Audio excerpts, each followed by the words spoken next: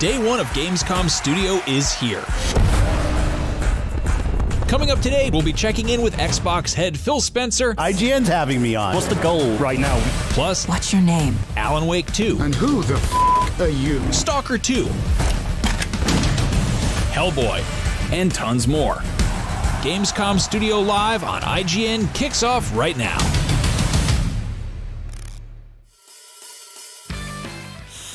All right, hello and welcome to Gamescom Studio 2023, powered by IGN. I'm Brian Altano. I am now joined by my good pals, Stella Chung, Max Scoville, Damon Hatfield. Happy Gamescom, everybody. We did it. Gamescom. That's right. Last night, Gamescom Studio kicked off with Opening Night Live, and today is jam-packed with tons more great gaming coverage.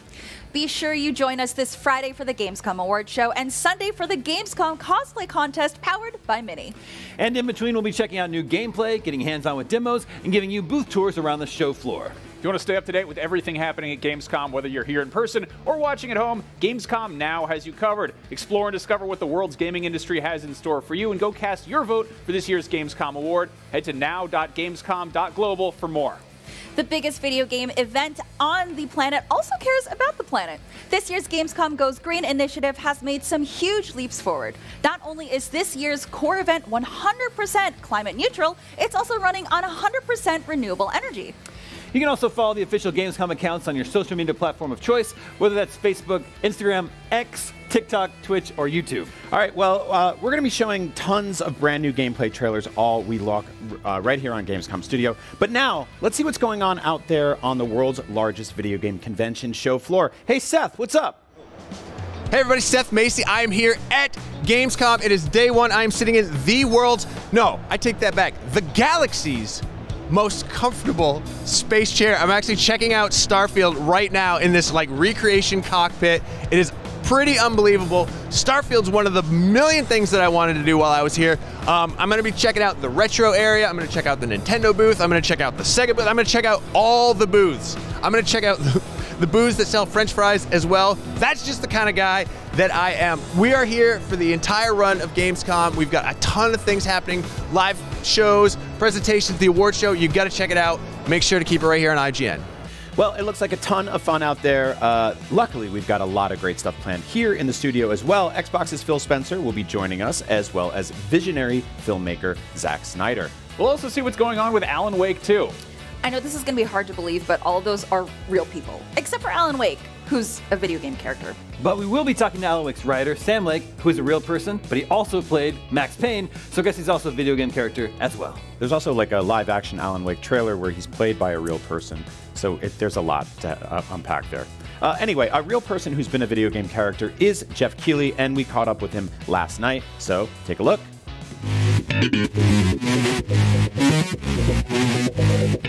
We had a lot of great reveals in Opening Night Live, a lot of great games. Some of my favorites, Alan Wake 2. I'm really excited what Remedy is doing with that game.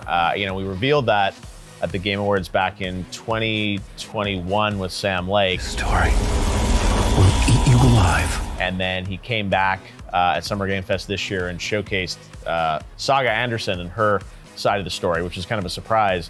There's another playable character. Sounds like somebody's home. Out of that came out and wondered, well, what's Alan Wake's story?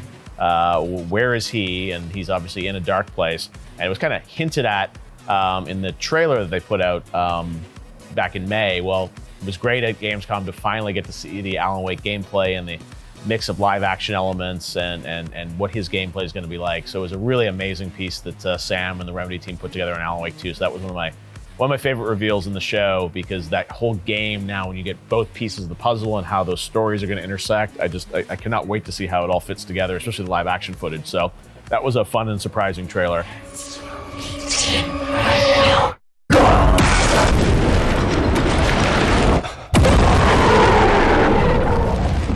Another game that we were really excited to showcase was Mortal Kombat 1.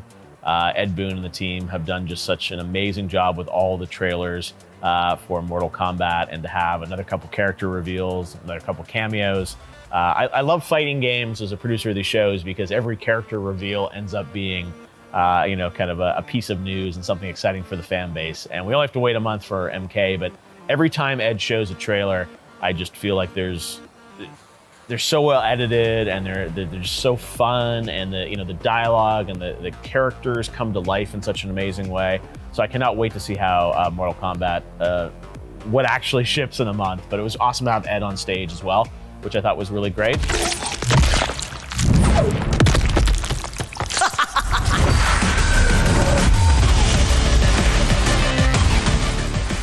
It was also fun to have Todd Howard with us to talk about Starfield, which we're really, really excited that's coming out in just a week. And that game looks incredible.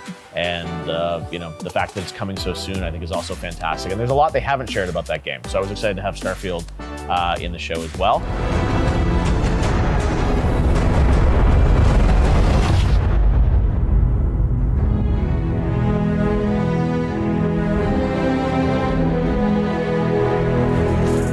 Another game we're excited to have in ONL was Call of Duty Modern Warfare 3.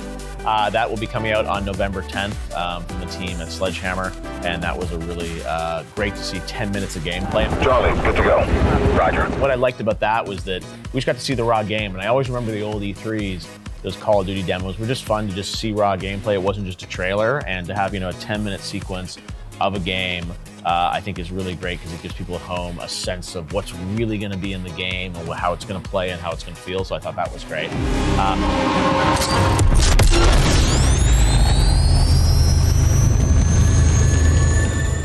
And then another game that I thought was just tons of fun was a game called Thank Goodness You're Here. It comes from Panic, the team that's done some amazing games like Untitled Goose Game and Newer, the food game. And I love that group, and we saw that trailer, and it's just like completely out of left field, tons of fun, unexpected. And when you produce these shows, you try and have a bit of a balance in the tone of things.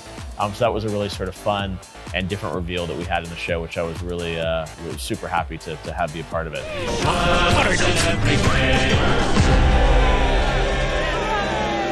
And then another game that I think was sort of exciting and surprising to see was Black Myth Wukong. And that's a game that has been seen a number of times. I think people always wondered, like, is it real? What's it going to play like? How is it? And we worked with the team at Game Science to put together a trailer. It's actually playable here, the game, which is amazing. So you can actually go hands-on with it at Gamescom. They're saying summer 2024 for the release date. And what I love about that is that this is a new team coming from China, building a game that just looks so incredible and so different. And one thing that's been amazing in this industry today is that it's not just all the traditional big publishers that are making great games. You also have these new groups from around the world building games. And I love bringing new studios to the show. We even had, a Zenless Zone Zero from Hoyoverse, Crimson Desert from Pearl Abyss.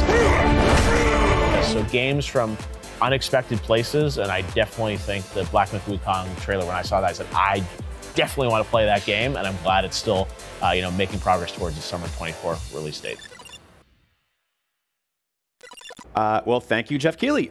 We'll have a closer look at quite a few of the games that were shown off on Opening Night Live right here on the studio, but also a ton more never-before-seen trailers dropping throughout Gamescom Studio right here, right now. Let's talk ONL. What were some of the highlights of the show for you guys? Max, let's kick it off with you. Thank goodness you're here. Thanks for having me. It's great to be here. That's so nice of you to say. That's the name of the game. Oh, yeah, that's right. Okay. No, so this is a wonderful little surprise that came out of nowhere. It is a extremely cartoony, what they're calling a slapformer, which I believe is a slapstick platformer. This is from the publisher's Panic Inc., who put out Untitled Goose Game. I don't believe there's any of the same developers involved, but it has a similar vibe. You play as a traveling salesman who winds up in a bizarre little English town, and it's one of those trailers that really leaves you with more questions than answers. But I'm so on board based on the aesthetic.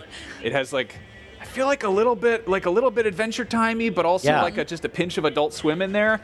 But somebody described it over breakfast before I'd seen it as having some Legend of Zelda Minish Cap vibe to it, which upon seeing the trailer, I don't see it all, but that does make me curious. I'm trying to figure out how this functions as an actual platformer. I don't think it's a platformer. Yeah, they said slapformer, guys. Come on. Yeah. Yes, there's some jumping and stuff like that, but there's also a lot of perspective switching. So I'm a little confused how it's all going to come together. But it's really fun to look at. Yeah, I think you're supposed to do a bunch of odd jobs. Oddly enough, the Steam page says that it's got mature content, which isn't really prevalent in the trailer, but I'm intrigued, curious to see what they're doing there. I bet that they have some hidden gems here and there, you know, as you're slap forming your way around.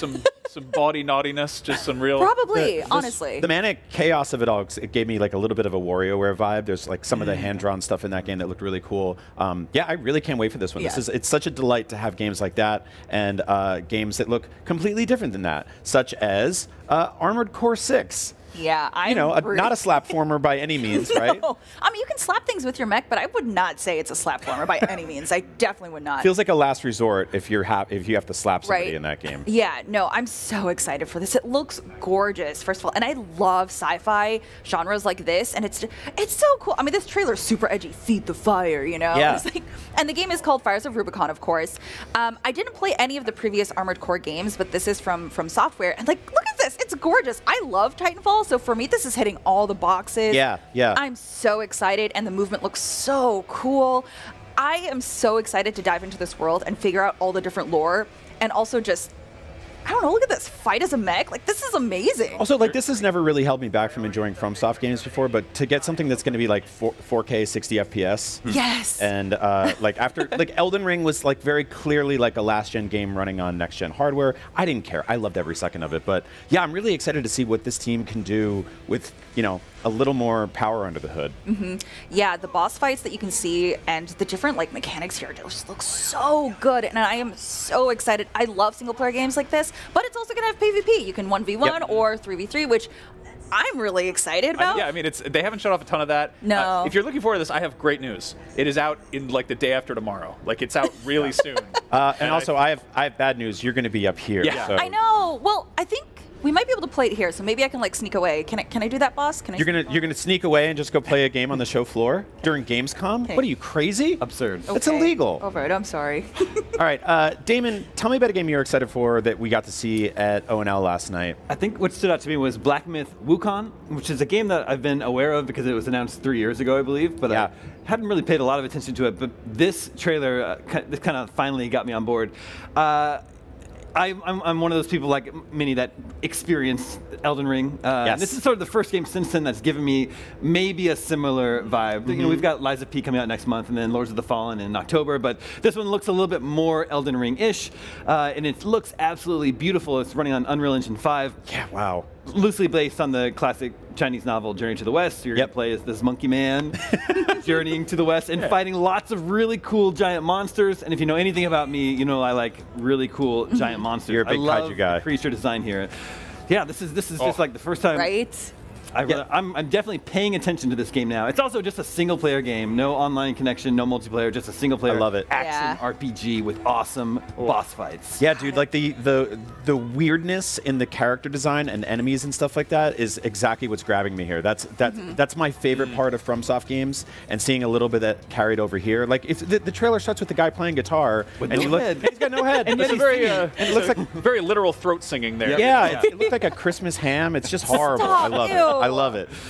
Yeah, but all the creatures here, the art direction in general, the lighting just looks really, really cool. His main weapon is a staff, which is a little unusual. I don't know how much like weapon customization there will be. It's funny because like Journey to the West, most people are probably familiar with that story through Dragon Ball, which was like a loose adaptation. But we've also got Enslaved, the Andy Serkis game that was a Ninja Theory did a while back. Yes. And it's interesting to see how different different companies take different approaches to this creatively, but Yeah, this stage is so beautiful. All of the different locations here, and I love the fact that we are leaning more into like Asian mythos and folklore. That makes me so happy to see. And so, like in Korean culture, tigers are very prevalent. So seeing that one tiger guy that you can fight, I'm like, oh my god, yes, I love this. Can we run that trailer again? I just want to keep looking at it. It's beautiful. It's incredible looking. Even that boss fight there, like the verticality of doing the big jump, slashing down, crashing through the guy's head, and the boss patterns there. It looks like you're playing like a shmup. Like he's shooting like it's like a bullet hell. Yeah, it's really, really cool. So can we talk about that tiger again? Because I feel like we've seen a lot of for sure cool looking tigers, but I feel like this one kind of had like a grumpy cat face. Like it's sort of just got a Can this guy hear the music he's playing? I don't know, but That's what I was I think we could drop a nice trap beat underneath that. Okay. Yeah, I mean the way this game looks is this feels like we're finally at that part where next gen games look like next gen games. Yeah. We are maybe leaving some of the old platforms behind that were launched in 2013 or whatever. There he is. Look at him. Those eyes, Just like bug. yeah. Oh, that boar. Yeah. No. Snake Man. Another game that they showed off was Crimson Desert, which is the single player component to Black Desert Online, which also looks stunning. Yeah. More of that. It's good to know that there are more massive games on the way. Because, speaking of which, another one that's coming pretty soon, although a little bit later now, just got bumped by 1 week to give everybody a little more time to play stuff like Mario Wonder, Spider-Man, Starfield. I could keep going. Is Alan Wake 2. I'm really excited for this game. We got a live action trailer last night, or at least one that mixed a lot of gameplay with live action elements. There was a scene where he's basically on a talk show. This did a really good job of tricking me between what was live action and what was in game, and that's a really cool problem to have, to not know exactly where things are. Obviously, wearing a ton of its David Lynch, inspirations on its sleeve here. The game itself, everything I've seen so far, has really upped the survival horror elements more than the first one did. Yes. Lots of Resident Evil 2, 3, and 4 kind of inspirations here. The gun combat we saw so far feels extremely RE4. The inventory feels extremely RE4. They're not hiding that at all. And I think it's just really awesome. This launches 4 days before Halloween now. We get a proper spooky game. I'm a big fan of horror stuff, and I feel like a bunch of horror movies came out in the middle of summer and didn't get anywhere near the Halloween time. So yeah, I'm excited to have just a large bowl of Count Chocula and play this game. Well, you were wondering what to do for Halloween. You can dress as Alan Wake. That's pretty easy. I just need a beard and hair and a suit. 90% there, really. I'm much more excited seeing the New York stuff in here. Yeah, because that's I feel awesome. like the stuff we'd seen earlier has a very Silent Hill, Twin Peaks kind of vibe to it, small town, forest, and all that. A lot like the first Alan Wake. But yeah, this is kind of got some Taxi Driver bits to it. It's definitely a little Scorsese. The talk show stuff is kind of king of comedy. Yeah, I don't know. It also, I feel like it's gonna have some weird tenuous connections to Max Payne. Yes, because Sam Lake is showing up as a policeman who looks like Max Payne, but he's not. Someone else, but Max Payne's voice. Yeah, exactly. I kind of wish it got moved back earlier into the month rather than forward, because now Halloween isn't just a holiday, it's a whole season. It is. But now this game is arriving just a few days before Halloween, and then we got to move on to Thanksgiving, everybody. We do. Oh. Yeah. We do. We have to take those pumpkins off the front steps because they're full of rats and roaches and such. What's awesome about this game to me personally is the 2 character switching thing. Yeah. And one of them is basically this very grounded police officer, and you're going through the woods and you're fighting monsters and stuff like that. You've got gun upgrades, you've got mission solving and stuff like that. You're basically putting together clues and puzzles. And the other is just full-on insane psychological horror. This person that's been living in his own mind for 13 years or something. I don't know how he was eating or drinking or anything there. Maybe he was just thinking of stuff. But yeah, I'm really, really excited for this game. It's so cool that it's almost here. This easily one of the biggest games at Gamescom. Also, Sam Lake's going to be on our live show this week, so we'll get to ask him all sorts of questions. Let's see. Xbox right now has a massive Gamescom booth. This year, it's literally right next door to our studio here. Unfortunately, I can't see what's going on there because I'm bolted to this chair like a animatronic creature at a theme park. However, my good friend Seth Macy made a short informational movie all about the various sights and sounds. So let's take a look, and be sure to stick around after because Xbox's Phil Spencer is stopping by our booth to chat.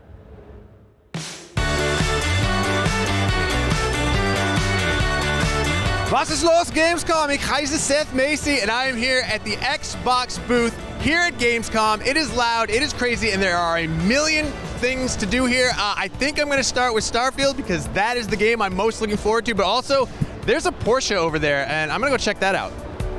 Nice. They got the Starfield suit over there. Let's go.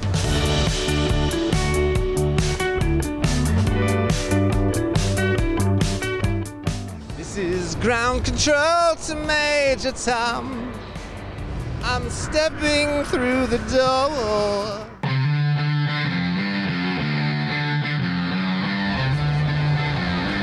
Hell yeah. We're going motorcycling.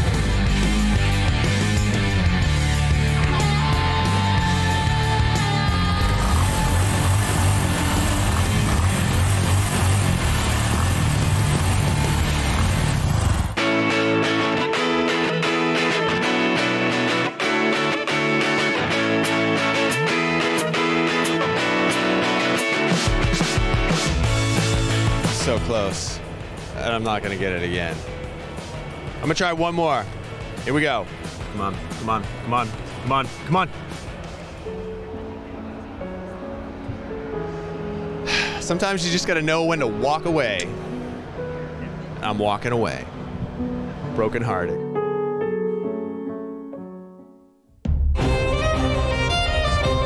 God! He was right there the whole time. He didn't say anything.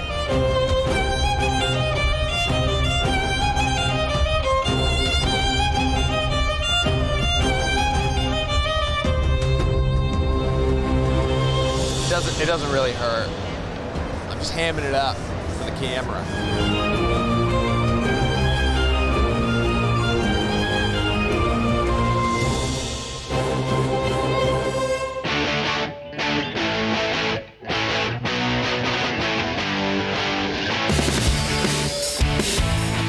That is the Xbox booth at Gamescom. Day one, there are a million things to see here. I'm slightly overstimulated right now. I rode a motorcycle. I got a tattoo on my arm.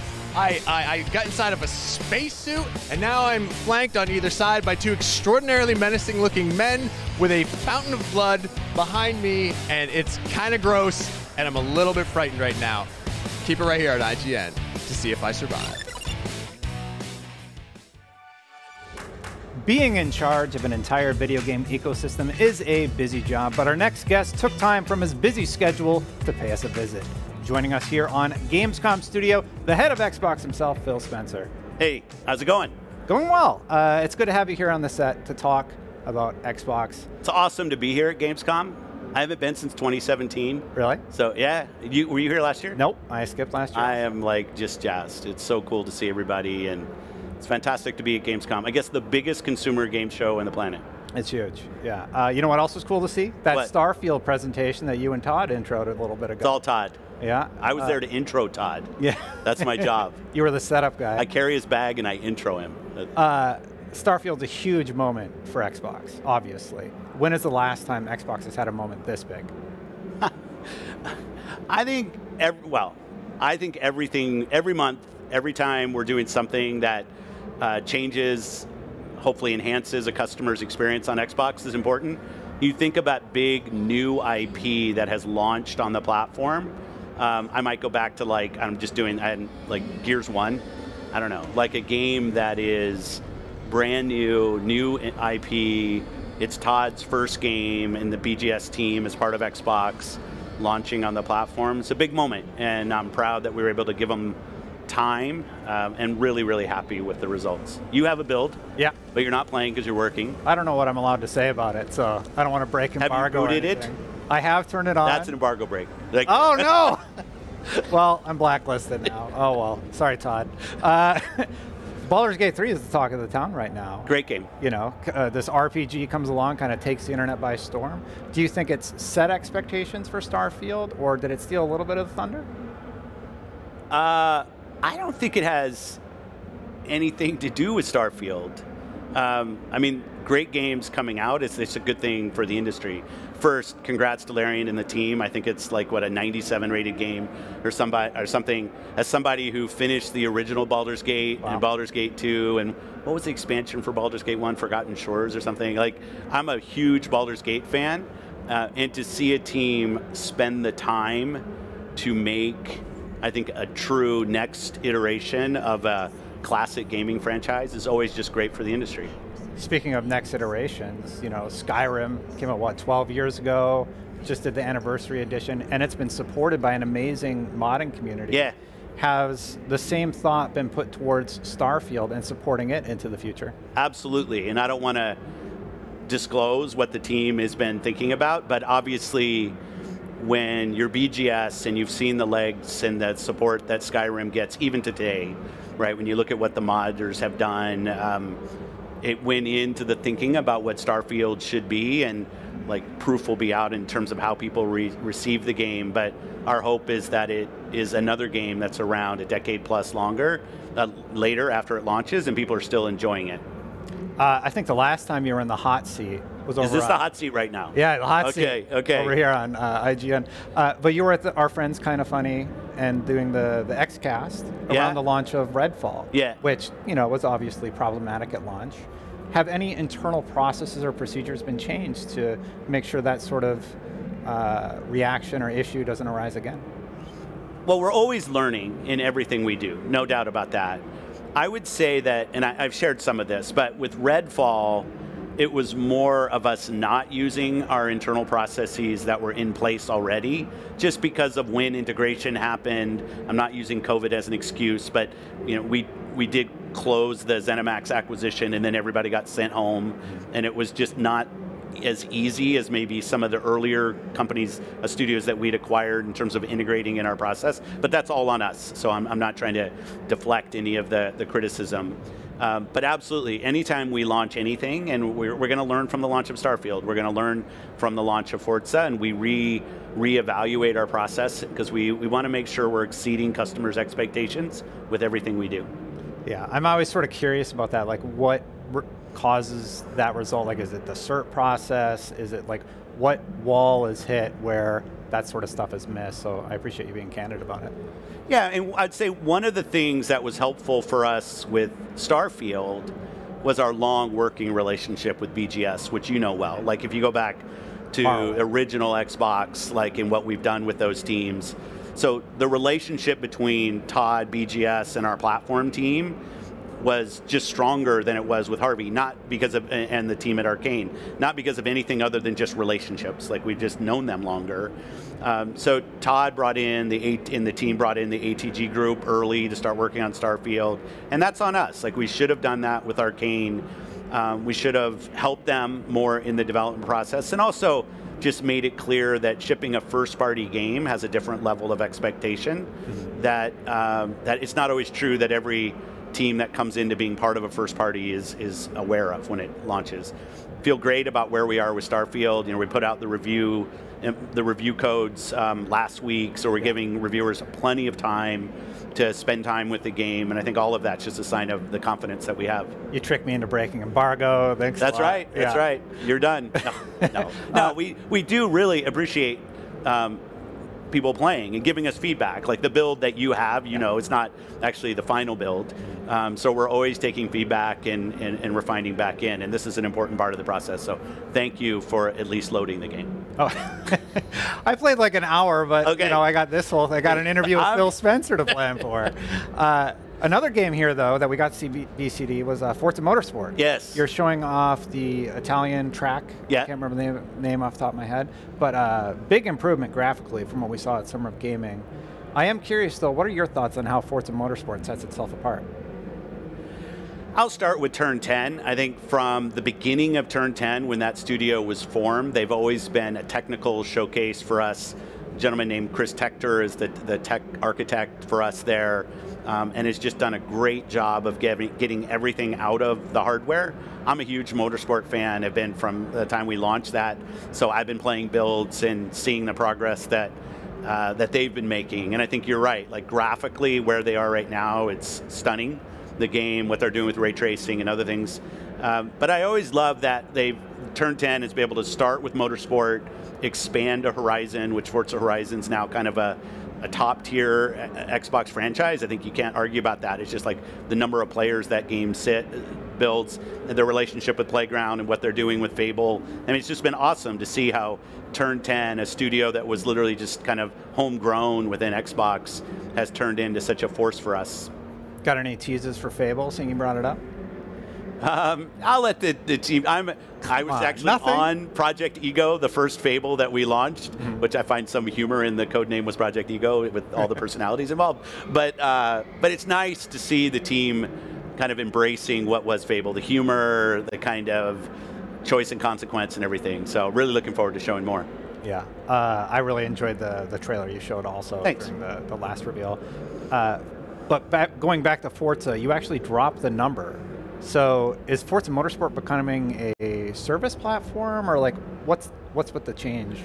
Yeah, the team service platform. I hesitate a little bit because I think there's a lot of loadedness in games, like what that means. I think what we see with Forza is the evolution of the experience as much about the tech as it is tracks and cars. And we know that when people make an investment in the game, they want to make sure we continue to support the game. And in some ways, when you put a numeral on the end of the franchise, it instantly says, okay, well now you need to move to like Forza N+1. And it's like, no, we want this to be a place that people feel like they can invest their time, they can invest their experience, and know that this is a place that we're going to be investing in Forza Motorsport for years to come. You've had a ton of reveals. Avowed was revealed. Yeah. What else do I have on? South of Midnight. Perfect Dark, South of Midnight, Yeah. Hellblade, Hellblade 2, Senua's Sacrifice. Can you tell us more about the rest of 2023 and beyond, and sort of like what that's looking like for Xbox? What I can say is we're going to have more beats to talk about more of what we do because the content lineup is so strong. And I say that completely recognizing that 2022 wasn't so strong. But we have our biggest booth here at Gamescom, and we have a huge presence. I think there's like 30 plus playable games on our floor, a lot of first party games. Towerborn's here, Ara's here, obviously Forza. So like it's awesome to see the footprint that we have in the game portfolio from our first party, from partners, from Game Pass, all of it. So I think what you're going to see from us, where maybe the last couple of years we've been more on an annual in terms of when we talk about our games around, I still call it E3, around the E3 timeframe. This year we did Developer Direct in January, we did our showcase. We're here in the biggest we've ever been at Gamescom, and you're going to see more regular times to talk about our games because the portfolio is deep enough that we can support that. Matt Booty promised us 4. Yeah. Are you on track? For this year? Well, let's see specifically what he said. Yeah. 4 Hi-Fi. first party per year.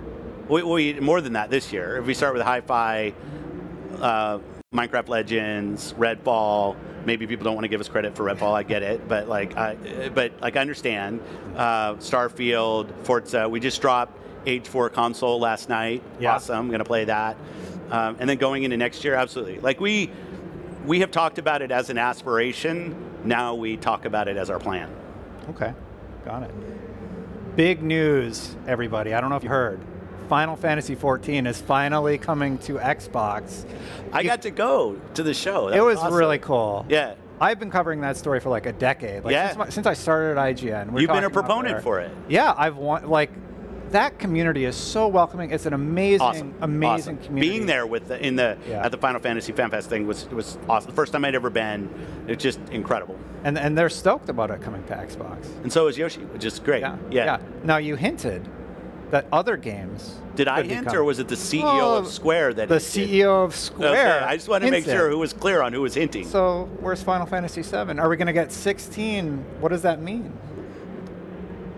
I recognize that when people buy an Xbox, they want to make sure the great games that they want to play are coming. And if there's any publisher out there where that hasn't been true, Square is one of the top profiles. So, like Sarah Bond and I know, like fly to Tokyo, have conversations, and we've spent a lot of time with Square. There's obviously business deals and relationships that will have to get worked through on certain games, but I'll say it was really great to have the CEO of Square and Yoshi there to just talk about their commitment to Xbox, because I can say, like, I'm the head of Xbox, blah, blah, blah. But having the CEO of one of the third parties make a commitment to the platform, I thought was a really meaningful step. So you'll hear more. I'm not going to push them. Like, they're going to have to find their own rhythm. But having him make a commitment to Xbox was really important, both to me, and I've heard it from the community to the community as well. And 14 was more of a commitment. Yeah, you can tell me off the air, but we got to go right now. Phil, don't go anywhere. We're going to have a few more questions for you. Thank you for watching, everybody. For more on all things gaming, keep it right here at Gamescom with IGN.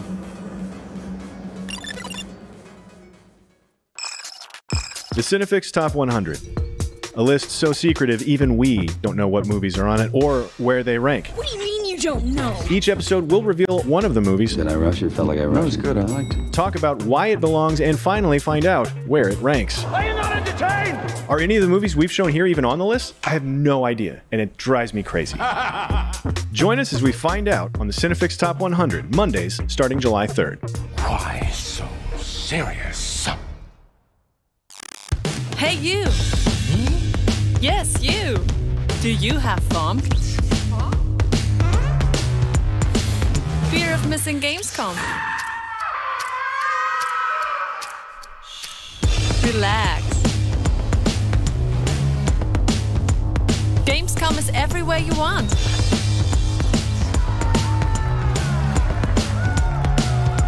Gamescom now. Register now. Tune into IGN1 on your smart TVs for the latest news on your favorite releases, gameplay exclusives, and all the entertainment you can handle. Cinefix on IGN1, your friendly Friday night home for film fanaticism. You're watching The Weekly Fix, ready to fill you in on anything you may have missed in the world of gaming and entertainment. Welcome to Should I Play This? This is what to watch here on IGN1. Find it all in one place for free on IGN1. They turned into a network. Who knew?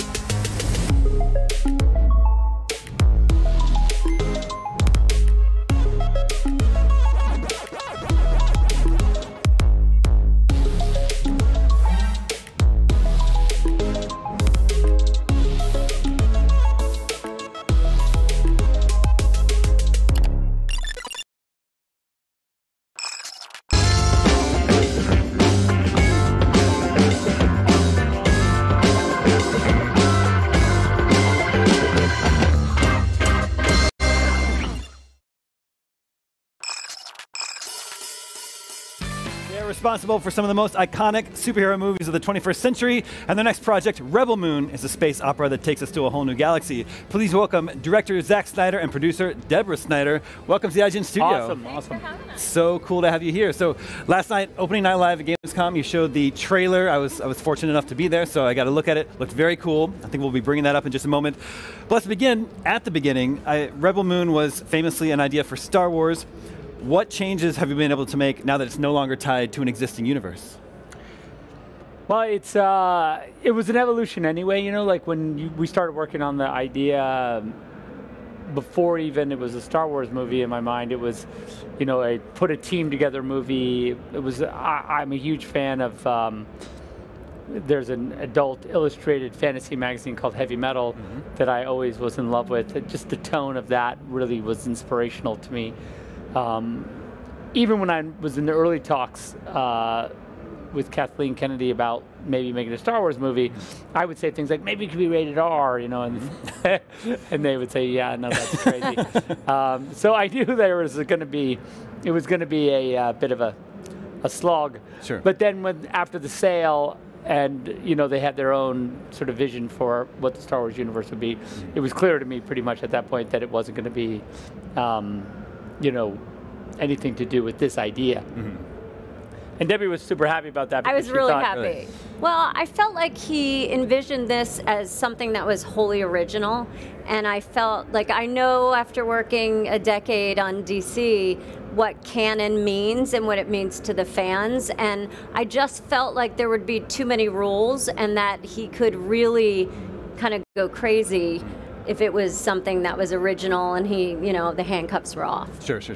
Well, from the footage that we've seen, you know, I'd say it has a very different visual look from Star Wars. Maybe more like a space sword and sandal epic than sci-fi. Is that accurate? Yeah, I would say, yeah. I mean, I feel like it's science fantasy more than, say, hard science fiction. Sure. You know, and I think that was really what I always wanted to do to begin with. You know, it's more of a Knight's Tale than, say, you know, in the tradition of even the costumes and everything. I really wanted this sort of ornate, kind of ancient kingdom that the Mother World represents. Was a thing that I was really interested in, and sort of aesthetically kind of pursuing. Even the robots are, you know, seem old. Sure. And I guess that was really a thing that I was inspired by and kind of chasing in the design. Yeah, so it definitely, I mean, I think in answer to the original question is it's gone on a huge evolution since those early days. Sure. You mentioned robots. You got a great cast for this film, by the way. I believe Sir Anthony Hopkins is playing a particular robot. You can tell us about that character? Yeah, so he plays what we call affectionately Jimmy. That's not his real name, but that's what they call the robots. All the robots are Jimmys. Gotcha. And yeah, he plays one of what a pretty kind of typical battle robot in this world. The only thing that's interesting about these robots is that after the king and Issa are killed, and the queen are killed, the robots whose initial sort of purpose was to protect the royal family, they kind of don't know what to do themselves, and so they end up kind of becoming these sort of conscientious objectors. They don't really fight anymore, and so there's like this whole journey of discovery that Jimmy's on, the Anthony Hopkins robot is on, but he's like one of many. Like he's like this one of many robots that would kind of be in this same moral quandary that he's in. Can you tell us more about the Imperium, the sort of like evil empire at the center of Rebel Moon? Yeah, so the Mother, affectionately we call the Mother World, and their forces are an ancient civilization that have, over the years, sort of been led by a single king or line of kings, and they sort of have used up all the resources on their own planet, and then basically set off into the stars, and basically have been collecting and expanding for thousands of years. Interesting. Sophia Boutella leads the Warriors as Korra. Yeah. How'd you end up casting Sophia? What was it like working with her? Sophia's amazing. I had her in mind really from the beginning. I would tell Debbie about, I really wanted Sophia to be this character, and you know, everyone was like, okay, that could be cool, but we should probably look for like, you know, do like a real audition and you know, go through the motions. Go through the. And I mean, I was like, okay, well, sure, but and we tested 5 women. Yeah. And Sophia really just shined through because, you know, it's such a difficult role because her character is so complex. She's also the heart of the film, but she also, the physicality required to do the role is just, it was so important to us that it was believable that she was this like amazing warrior. And she has a dance background. Right. And incredibly, like, she learned all the choreography so quick, and she wanted to do all of the fighting herself, and she did, other than one, we were going to throw her character off the side of a scaffolding, and we were all like, that's not really safe for you to do. She wanted to do it, but everything else she did all her own fighting. Interesting. So Rebel Moon has been announced. It's going to be a 2-parter. What was the reasoning behind that? And do you know the total runtime of them both put together? Movie 2 we're still working cutting, on. so I don't know the exact runtime, but they're about 2 hours each. Gotcha. The movies themselves, right around 2 hours. I think movie 2 is under 2 hours, but right now. But so what was the first part of the question? Well, just what was the reasoning, the thinking behind that? Is it just because you needed more time to? Oh yeah. So I had written a pretty long script, 200-page script, and the cool thing about Netflix was there's. When I said, you know, maybe maybe a way to go is to just break it into 2 movies because for sure I could cut it to 1, but it's going to kind of make the movie very sort of by the numbers. You know, when you get that, especially a movie like this that's sort of genre specific, like we know the mission, got to put the team together, you got to prepare for battle and then fight them. Not that that's what's going to happen, but that becomes kind of obvious.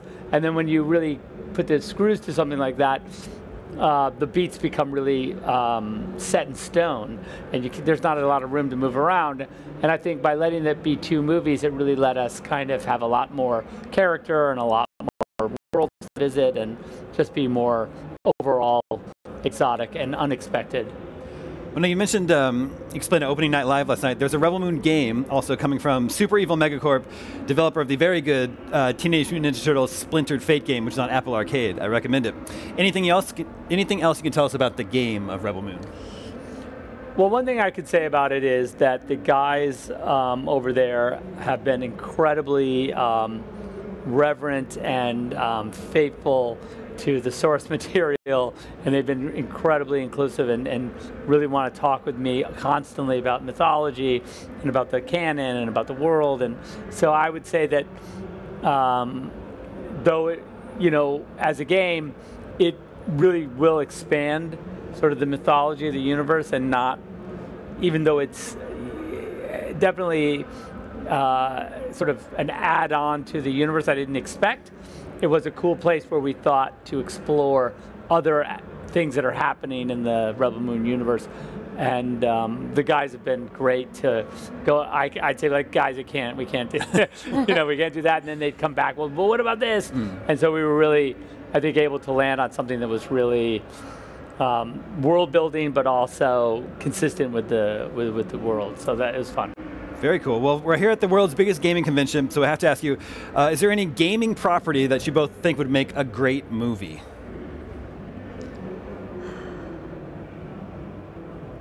There are some. Well, there are a lot. I mean, we've talked about a bunch of, Gears has always come up, in sort of our circle. Interesting. And I was a fan of the game. So, I mean, off the top of my head, that one. I was always interested in the Halo franchise. So that was something that I'd always, and they, of course, kind of made that, but it was something I always thought could be incredible.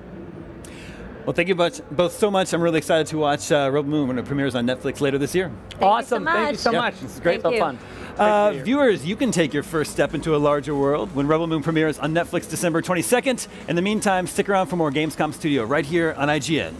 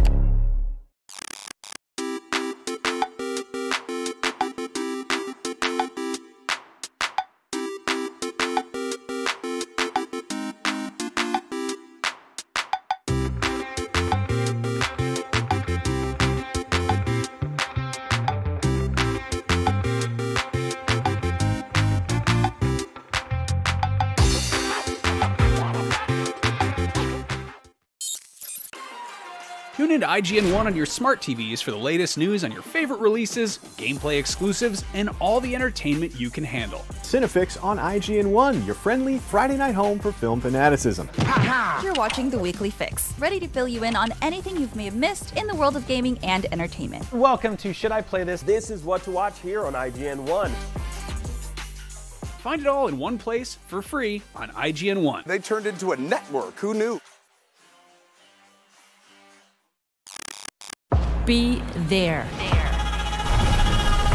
Be strong. Be fierce. Be better. Be different. Be winning. Be epic. Be you at Gamescom 23.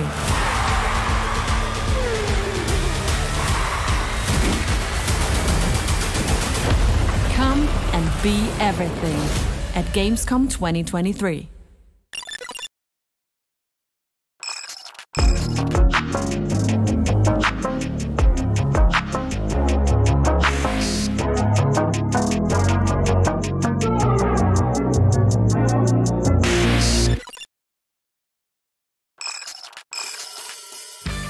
More than 13 years since his debut, Remedy's fan favorite novelist is returning for his first full-fledged sequel. Here to tell us all about the long-awaited Alan Wake 2, please welcome Sam Lake.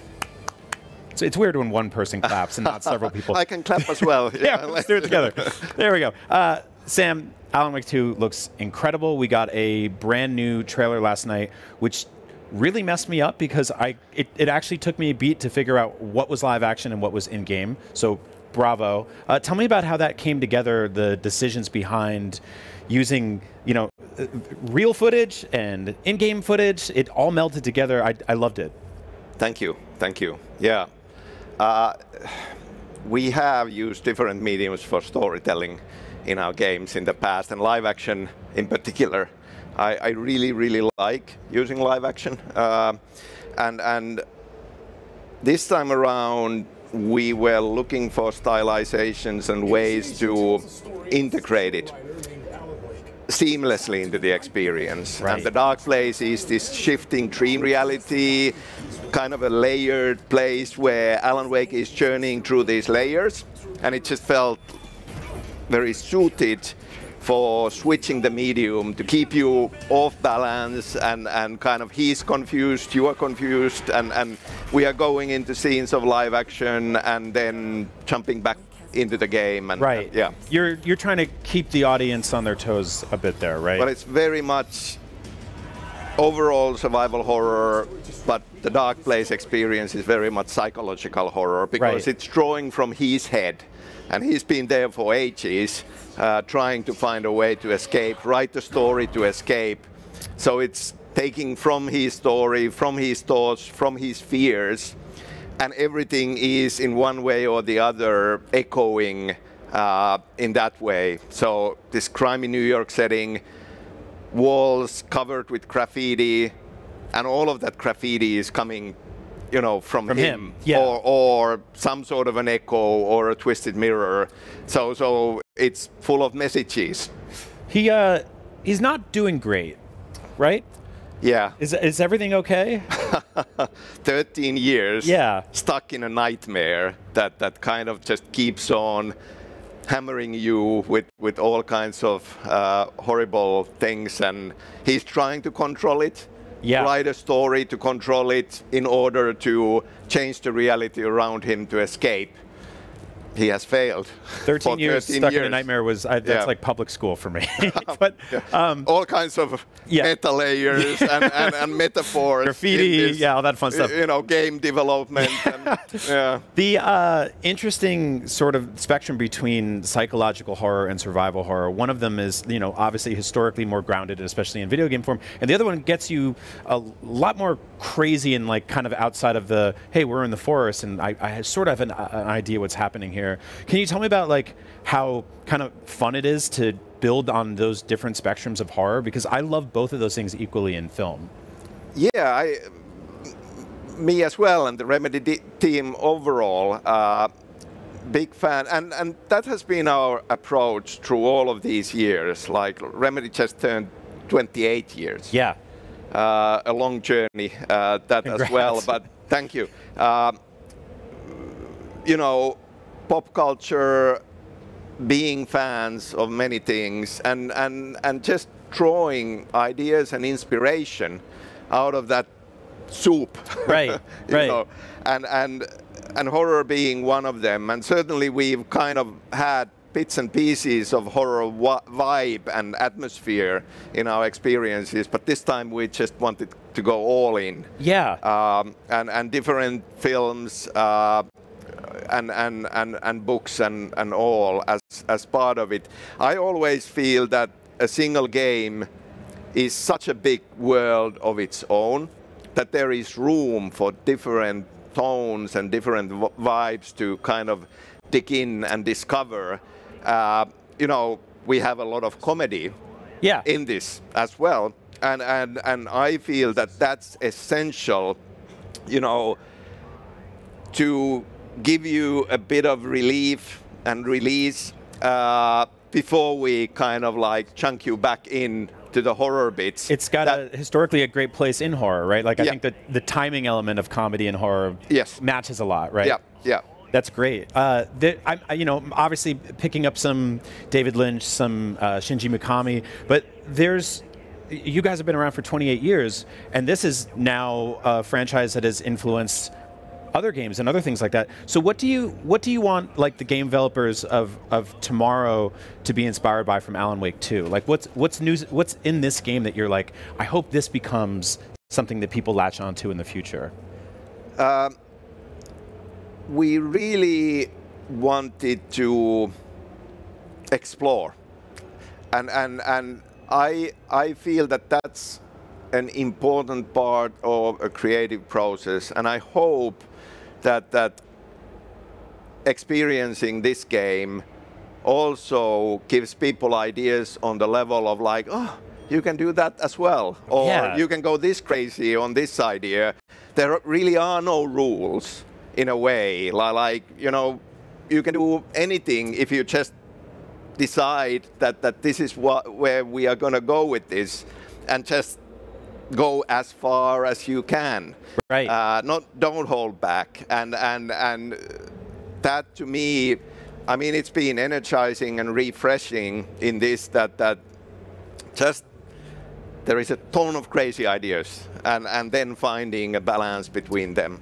Yeah. Speaking of other games, you moved the release date by a week, and in like an act of transparency I don't think I've ever seen before in game development. And like, we're so used to, you know, here's the JPEG on Twitter of the big text, and you see it and you're like, oh no, it's gonna get delayed, right? And I saw yours and I was like, we're in trouble. It's gonna go all the way to next year or something. And it was like, no, it's just a week. And you very openly were like, you know, there's a lot of games.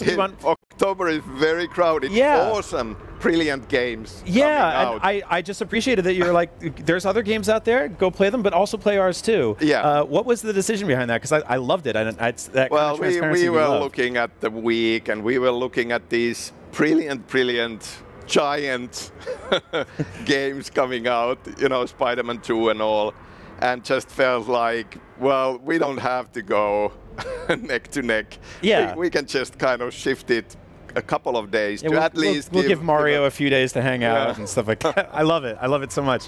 Gameplay wise, everything in this game is bigger and crazier than we've seen in the past, but it's not a full-on third-person shooter. You're not running around with a machine gun, running and gunning zombies and stuff like that.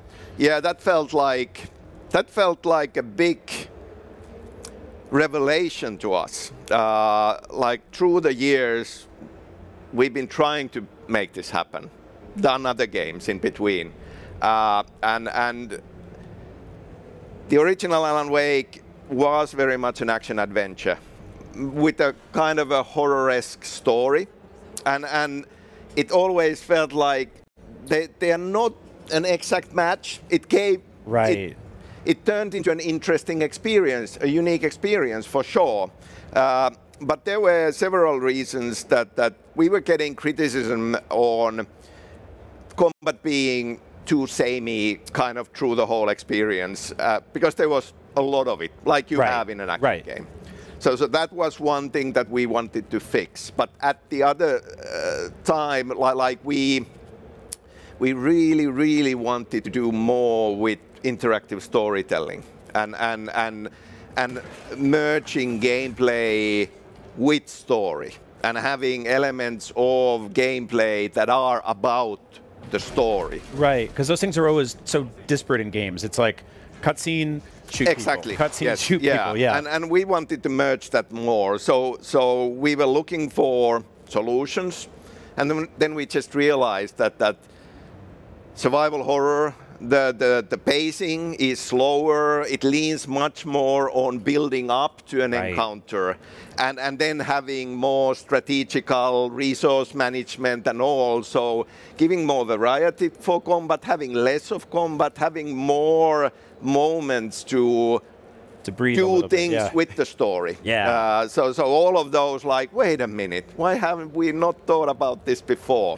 when we started going into this? And yeah, it's been great.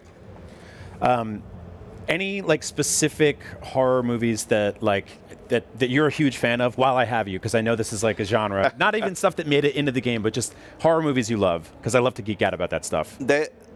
There is a lot in this, a lot of different inspirations, and because we have the Pacific Northwest side with FBI agent Saga Anderson, and then we have the Dark Place with Alan Wake, like, it allowed us to bring in influences, like on Saga's side, it's Twin Peaks, of course, and I count that kind of as a horror experience. Lynch's stuff overall, like Lost Highway, is one of my favorite films, and you know, Silence of the Lambs. Awesome. On Alan Wake's side, then Seven, you know, serial killer, and pushed so far that it starts to feel like horror at times.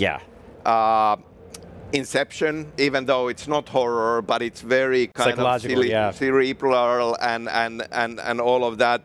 Midsommar, like folk horror. art house folk horror. One of the best horror movies ever made. Hereditary. Hereditary, amazing movie. Yeah. Sam, that's just like a short list. I love it so much. Thank you so much for coming, man. This has been a blast. Thank you. Yeah. Alan Wake 2 is out October 27th for PC, PlayStation 5, and Xbox Series X and S. I cannot wait to play it. Stick around for more Gamescom Studio right here on IGN. Thank you, Sam. Thank you.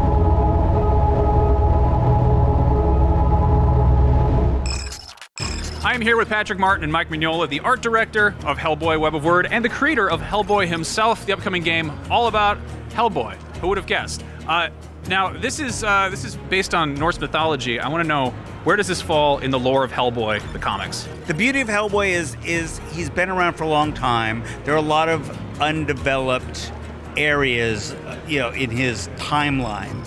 But, my feeling is if people want it to be part of the real Hellboy, they can. If they want to consider it part of, a parallel universe of Hellboy, they can. But I think it's not one of those things where it reinvents Hellboy to be a completely different universe. So it's up to the player if it's canon or not.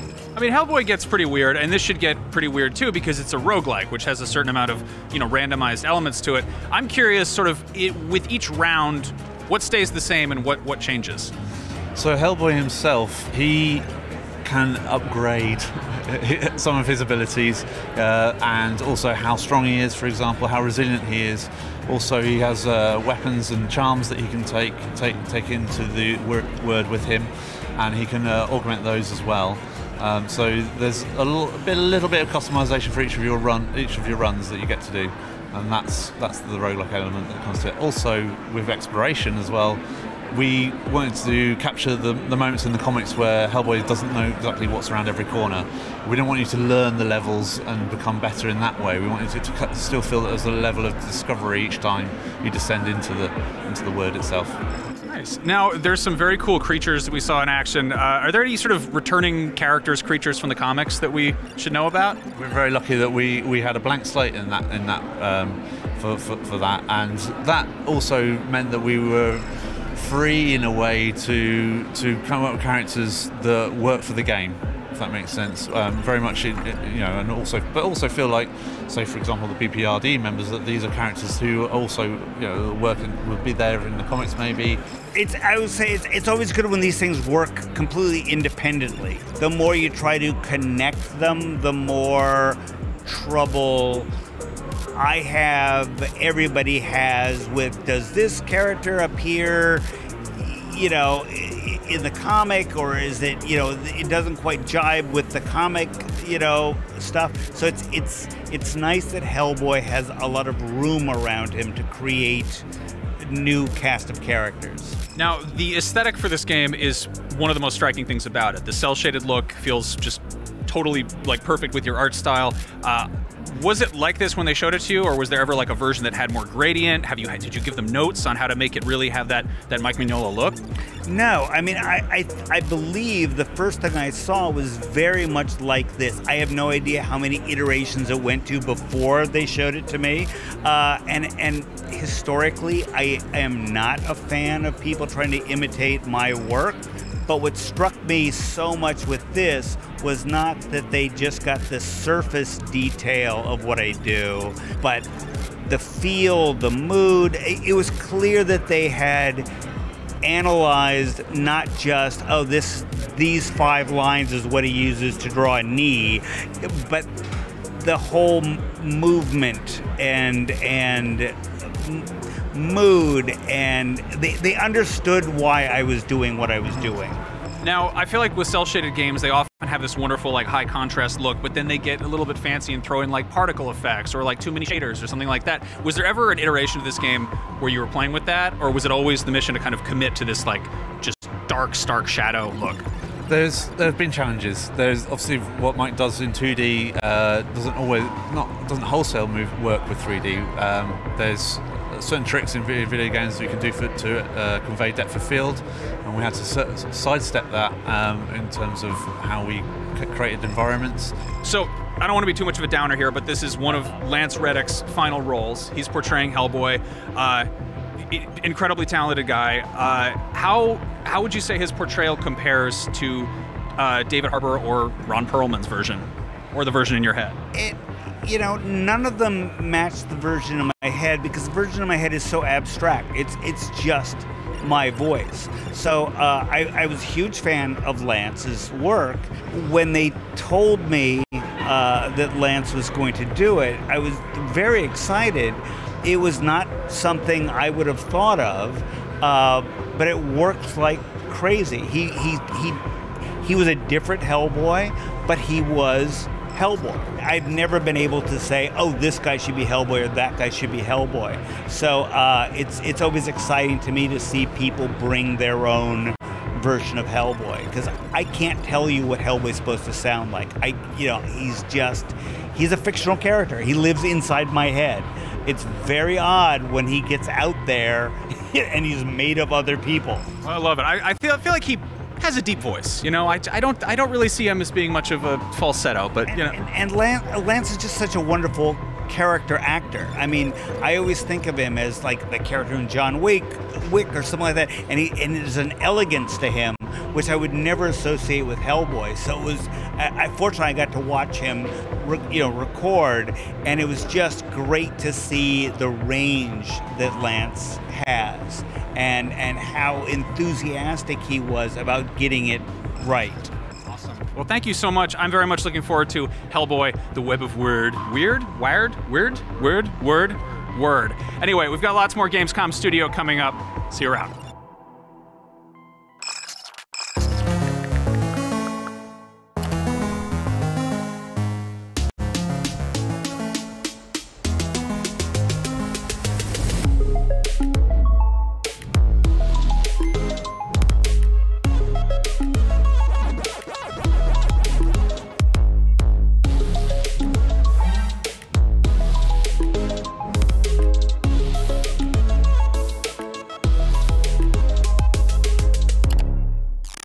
IGN Playlist is the best way to track your game collection. Now you can even import your entire Steam library to Playlist, making it easier than ever to review games, show off your collection to the world, and finally chip away at that massive backlog you keep meaning to get to. IGN Playlist, check it out.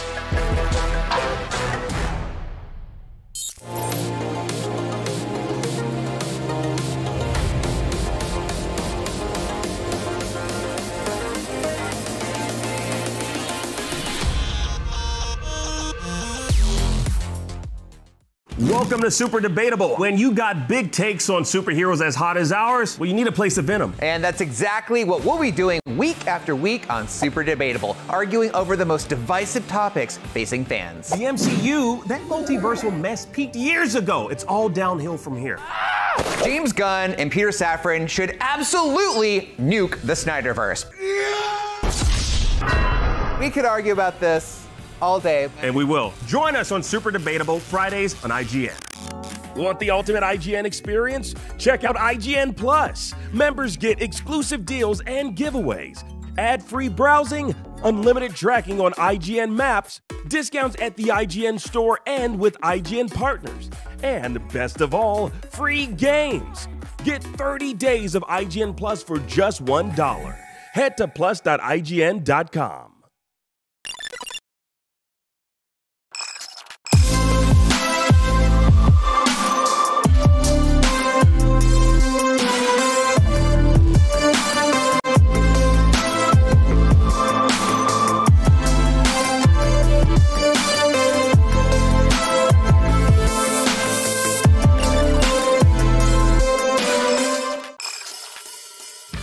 Hello again, you're watching Gamescom Studio right here on IGN. Coming up next, we're checking out Warhammer 40k Space Marine 2, and a little later on, Assassin's Creed Codename Jade, and make sure you stick around for Stalker 2 Heart of Chernobyl. And while we have you, there's so much going on in Gamescom, it can be hard to keep track, but Gamescom now has you covered. Explore and discover what the world's gaming industry has in store for you, and go cast your vote for this year's Gamescom Award. That's right. It's also where you can take part in Gamescom Epics, the text-adventure game of the show. Join the fun for your chance to win very cool prizes.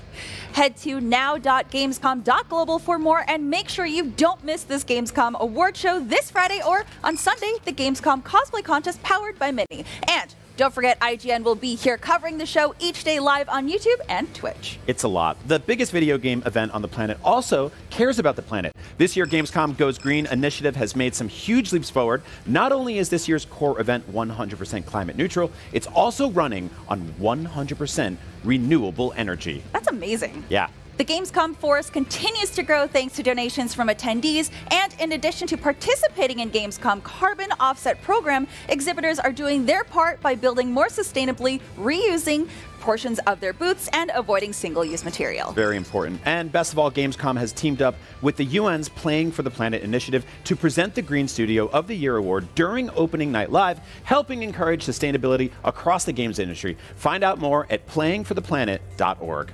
But right now, we're checking out Warhammer 40k Space Marine 2. Take a look.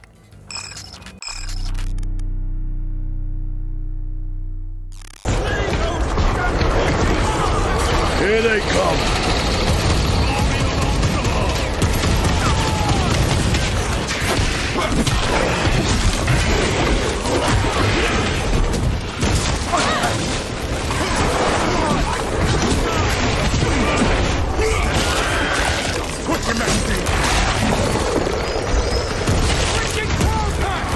We are preparing an airstrike.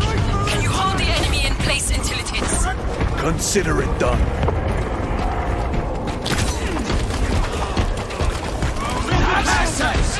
Here they come!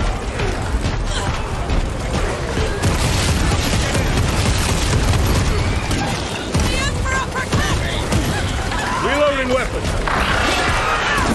Focus on taking down the heights. Do not relent in your attacks.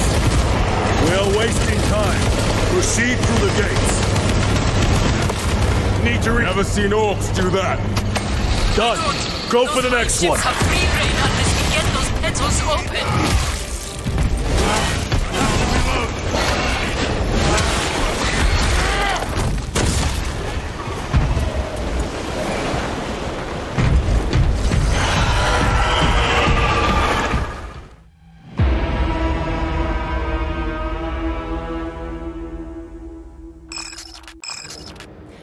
Welcome back to Gamescom Studio, powered by IGN. Are you sick of your corporate job? Are you burnt out and needing a serious change of environment? Well, look no further, because joining me today are Regina Reisinger and Philip Seyfried from Microbird. Welcome! Hi, thank you so much for having us.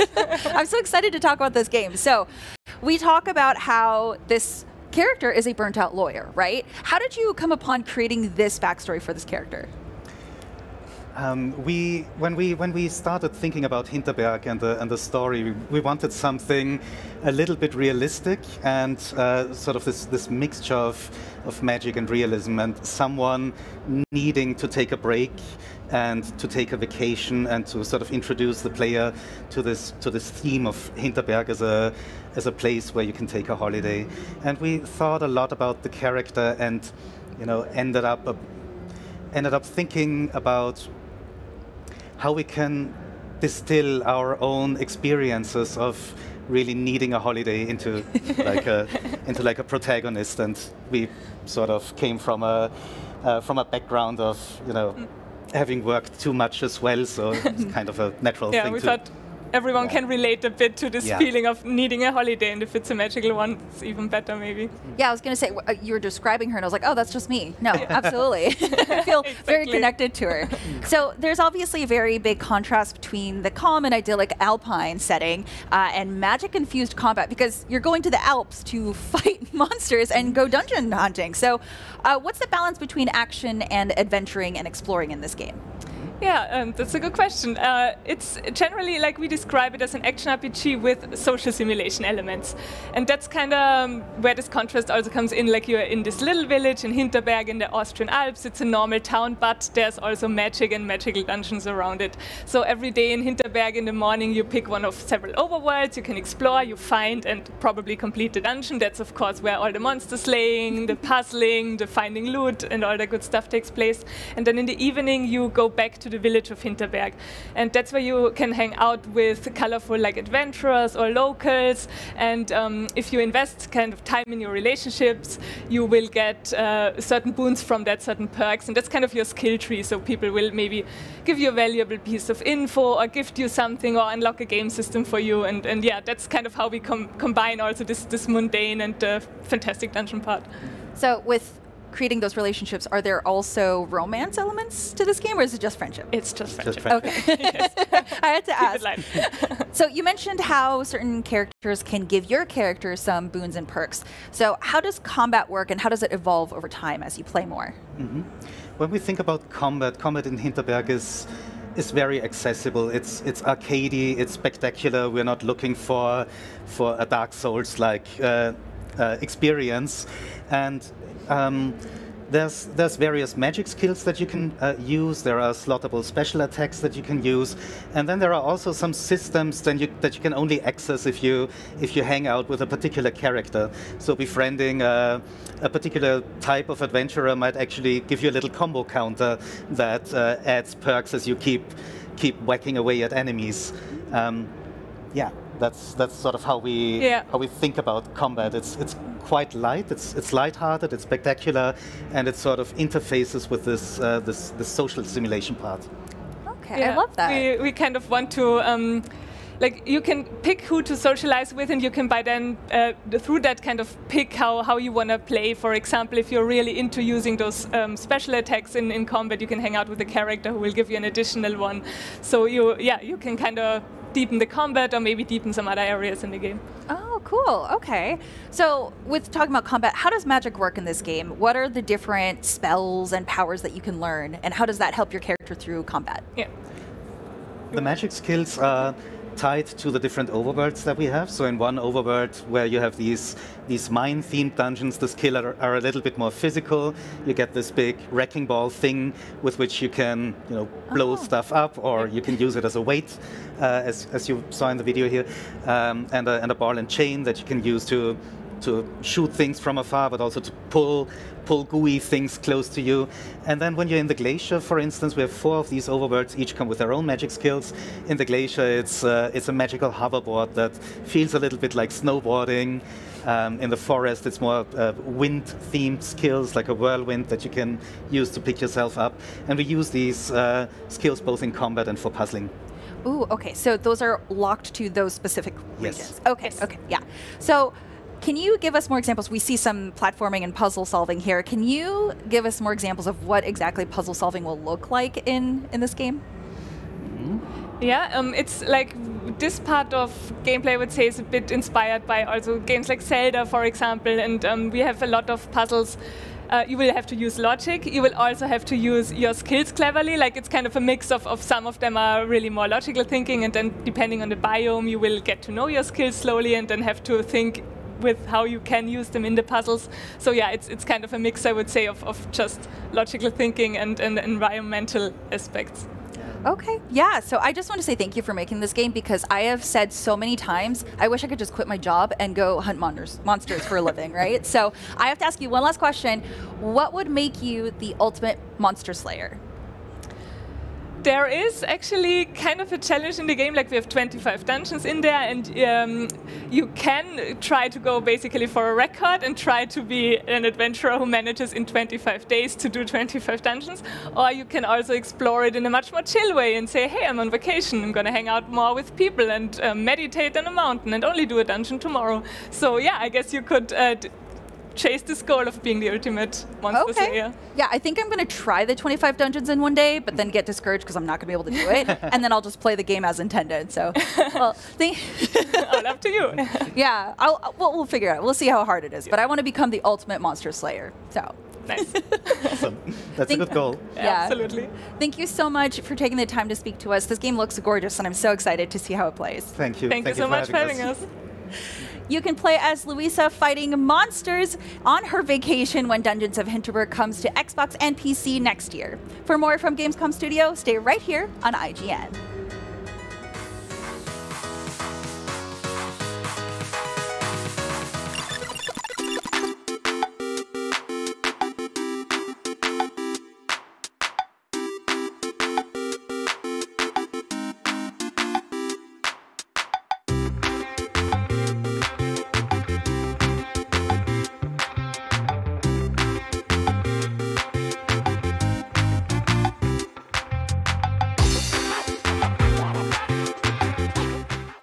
Behind every game, movie and TV show you love is a wild, crazy and sometimes unbelievable story. No one is just black and white. From revealing the secrets behind your favourite franchises to solving a legendary video game mystery, I'm coming for you. IGN Inside Stories gives you a peek behind the curtain. If people come to the game now and see what's going on there, I think they'll be surprised. Join us as we dive into hyper-dedicated fanbases, worldwide phenomenons, and the most incredible untold tales in games and entertainment. I said, wait a minute, that doesn't sound so good. It was definitely not what I expected in the best way. Inside Stories, available now only on IGN. And I was like, holy shit, we're gonna do this.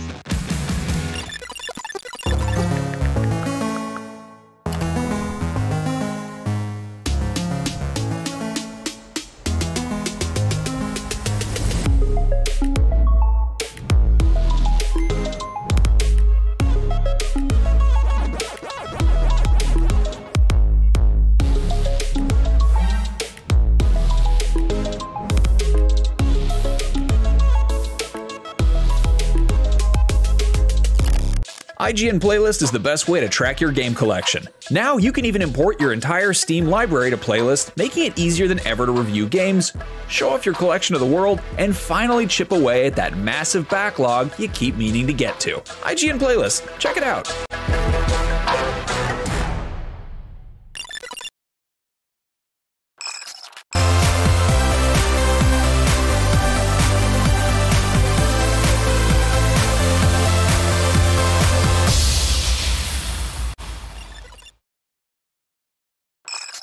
V-Gates, Gamescom, Seth Macy here from IGN. I am joined by Andre Chan, executive producer at Level Infinite. Andre, how you doing?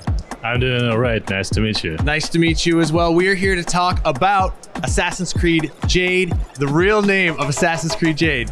Andre, hit us. Well, Assassin's Creed Jade is official name right now. So we dropped the code name, and now it's Assassin's Creed Jade officially.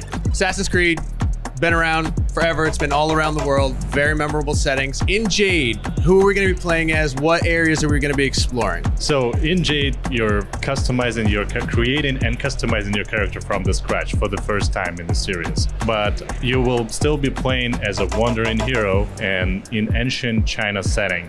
We're not yet assassins, because assassins didn't exist at that timeline, but we're proto-assassins. So it's 230 BC, before Christ, and This is a time when Qin Dynasty established the first empire in China. This is the time when they started building the Great Wall, then the Terracotta Army, very, very famous all over the world. And also, this is the time when the Proto-Silk Way established. Oh, okay. So this is a fascinating time to showcase because there's a lot of Chinese culture to showcase in the game, and also very famous points of interest and landscape landmarks. Every Assassin's Creed the attacks are really influenced on the time period, the setting. How has the ancient Chinese setting really affected this? Yeah, we'll be featuring very traditional Chinese weapons. For example, everyone has swords, every culture, but Chinese swords are a little bit different. So, and they have very unique style and design, and also a very unique technique they use to fight with these swords. Also, spear will be a big part of the game too. A lot of very specific, not only weapons, but also the combat techniques. How has being on mobile affected the scale of the games? Because, you know, Assassin's Creed games pretty famous for their scale. Being on mobile probably made this game huge. Really? So it will be huge, and will be expanding with each update, and in each closed beta we have in future, we will also introduce big chunks of these regions. And there is also a lot of systems in the game, like progression systems, a lot of content, points of interest. This game will be huge. Okay. I got to play for 20 minutes. I wasn't exactly sure how it was going to work on a mobile phone. So since not everyone else has played, could you sort of explain how the controls work? Because they really get the job done well. Like, it feels everything you would expect in an Assassin's Creed game is there. So controls is like easily top 2 or top 3 most difficult things we had to do. Oh, wow. Okay. Making this game. Yeah, because there is a certain experience Assassin's Creed fans expect from Assassin's Creed game, and we cannot really skip that. We cannot skip assassinations, parkour, finishing moves, all that stuff. And we had to adopt all these features while having a touchscreen controls. Since this is on mobile, has the mission design changed? I think the missions and the storyline, we really wanted to be very close to what Assassin's Creed fans expect from Assassin's Creed titles. What really changes is, because it's a live game, that we will introduce more engagement features, like something you can do outside of the main quest and outside of the main story, and more like session-based game modes, for example. One of the examples which is available and was available in CBT was the game mode Defend the Wall, Hold the Wall. Okay. Where you and your friends in a co-op mode, you need to defend the wall from the nomads from Xianggu, and light the beacons to make sure the wall is protected. So this is like a small session where you just gather your friends, play it really fast, and get out. Very cool. Where does this fit into the wider Assassin's Creed universe? This is a proper Assassin's Creed storyline, which is part of the overall Assassin's Creed world and canon. So we're working together to make sure that we're still inside the lore. And also we're having some of the characters from the other franchises, so we need to be extremely careful. Oh, okay. Extremely careful in implementing our story. Yeah. All right, cool. And will this be free to play and supported with like in-game purchases, or how is this going to be presented to people? It is free to play.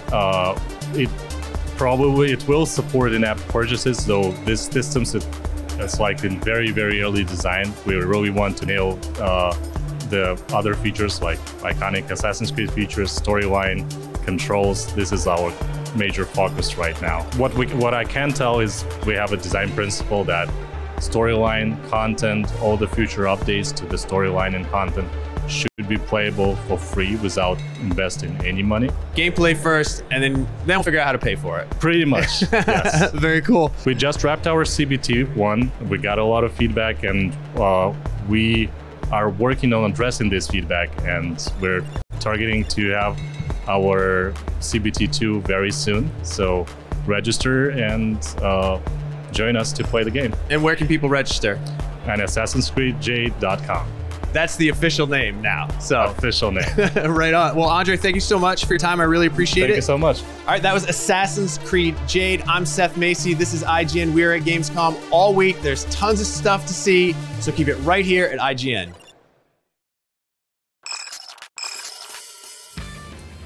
Now, a lot of indie games make you think outside the box, but this next one is more about thinking outside the books. Here to tell us about the puzzle adventure, The Plucky Squire, please welcome James Turner. Welcome to the IGN studio here. Thank you.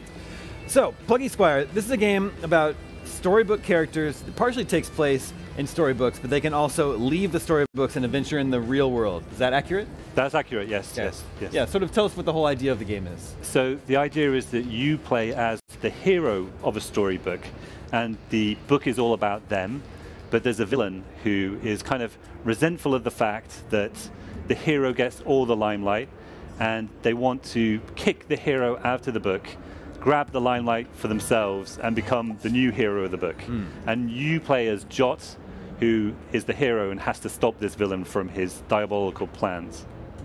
What do we need to know about this villain? Why is the villain so jealous of Jot? Well, this is a land of creativity, the land that the book features, and Humgrump has never been a very creative kind of guy, and there's Jot running around this land, being a hero, and he's also a writer to rub salt into the wound. He's like a published author, and everyone loves his books, and Humgrump is just very resentful of all the attention that he gets, and all the fans that he has, and he thinks he wants a bit of that for himself, and this is his chance. He discovers a new kind of magic that allows him to push Jot out of the book, and this is his chance to grab that limelight. Is this Jot that we're seeing right here? Yeah, that's right. The guy with the feather in his cap, that's Jot, yeah. So it takes place inside the books. When you leave the books, how does the gameplay change? Well, in the book, it's kind of a 2D top-down adventure. Right. And when you get out of the book, you can run around on the desk. It becomes all about the third dimension. And so the gameplay, it kind of shares similarities. You're running around, you're fighting monsters, but the extra dimension gives you new gameplay opportunities, and there are illustrations on the desk that you can jump into because you can pass between the 2D and 3D worlds. And so you can explore this desk, you can explore these bits of media on the desk and pop into them, play this little game here, pop out, go to a different place. So there's lots of surprises and interesting things for you to discover and explore. And are we controlling Jot, or do we control his friends also? Well, mostly you control Jot. Okay. But there are certain very specific points in the game where the control switches over, and you do get to play as his two friends. Do they have different abilities? Depending on the minigame. Okay. Their abilities are very much tailored to the minigame.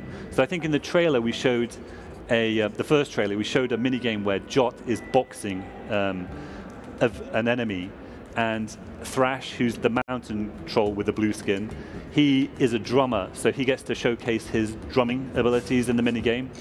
And then Violet, she's a witch, a trainee witch, so she gets to showcase her magic casting abilities in her minigame.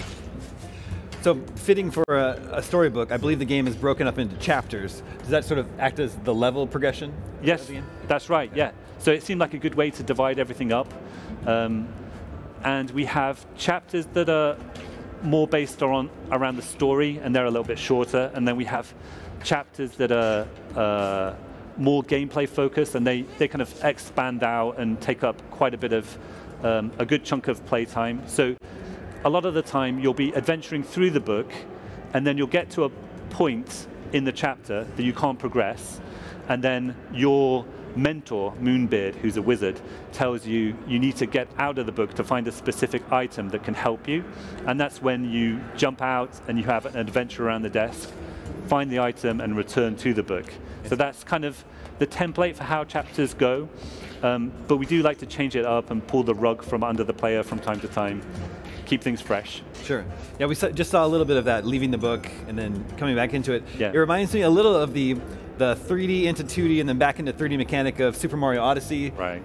Or even A Link Between Worlds. Right. Were those sort of inspirations for you? I know you've worked on Nintendo properties before. Right. Yeah, for sure. Like, I wouldn't say that the game idea came from that. It was more like we wanted to create a game that took place in a book. That was the initial idea, starting point. And then what if you could get out of the book?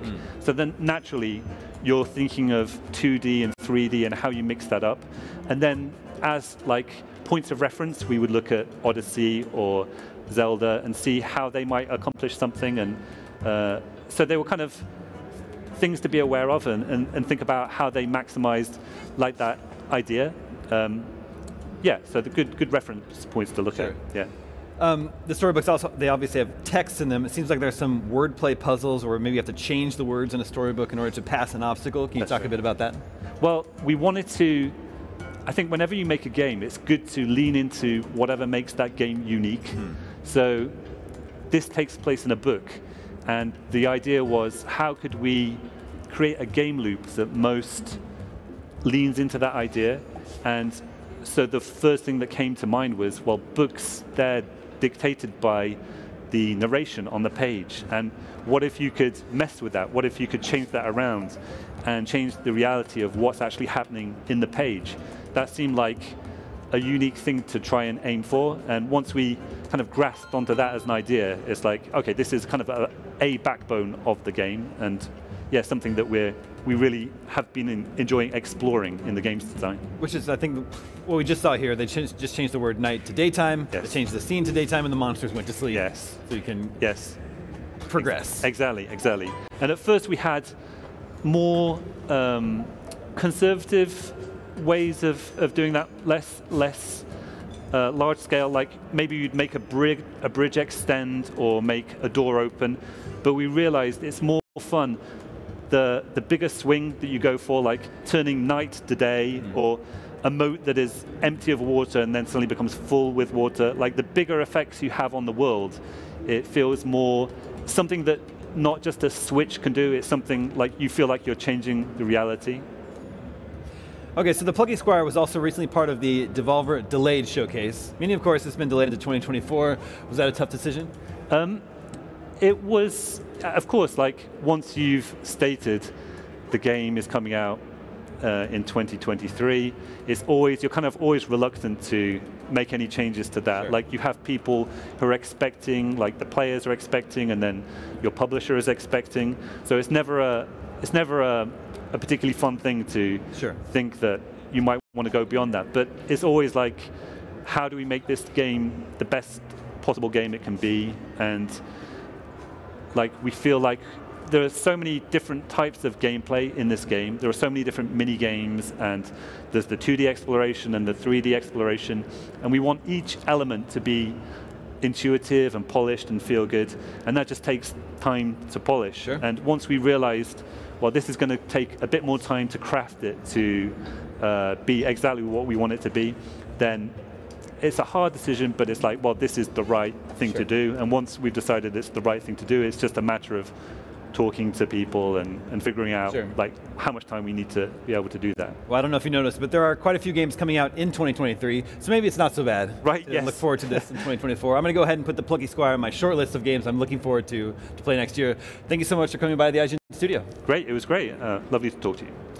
Okay, the Plucky Squire has PlayStation 5, Xbox Series X, and Nintendo Switch and PC sometime next year. Keep watching IGN Studio here at Gamescom for more.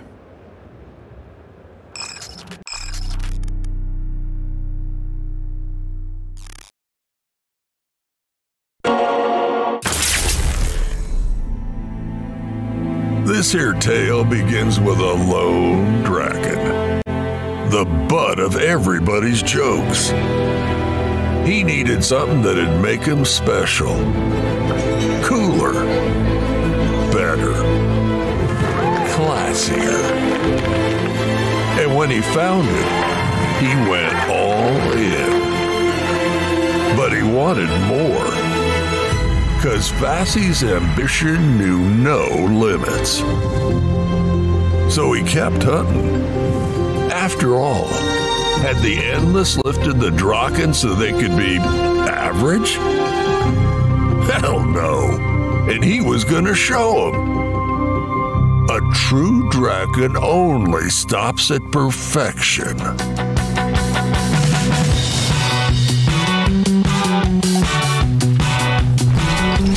Vassy's shift is just getting started.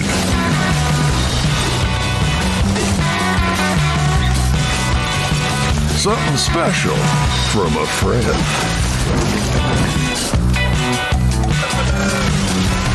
Never a good idea to tick off the bartender.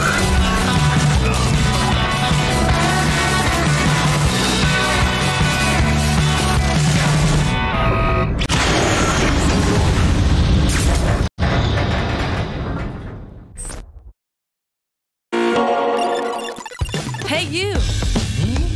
Yes, you! Do you have FOMC? Fear of missing Gamescom? Relax. Gamescom is everywhere you want.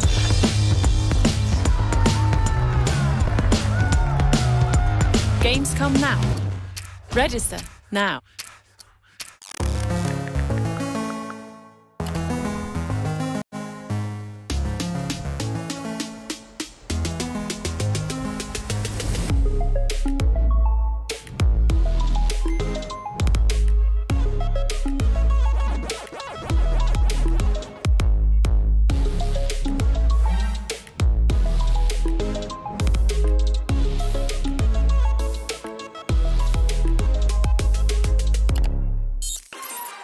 Tune into IGN1 on your smart TVs for the latest news on your favorite releases, gameplay exclusives, and all the entertainment you can handle. Cinefix on IGN1, your friendly Friday night home for film fanaticism. You're watching The Weekly Fix, ready to fill you in on anything you may have missed in the world of gaming and entertainment. Welcome to Should I Play This? This is what to watch here on IGN1. Find it all in one place for free on IGN1. They turned into a network. Who knew? The Cinefix Top 100.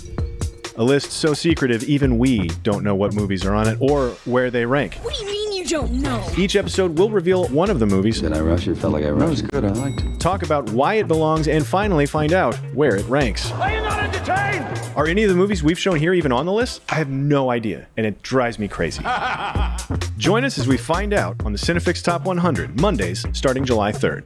Why so serious?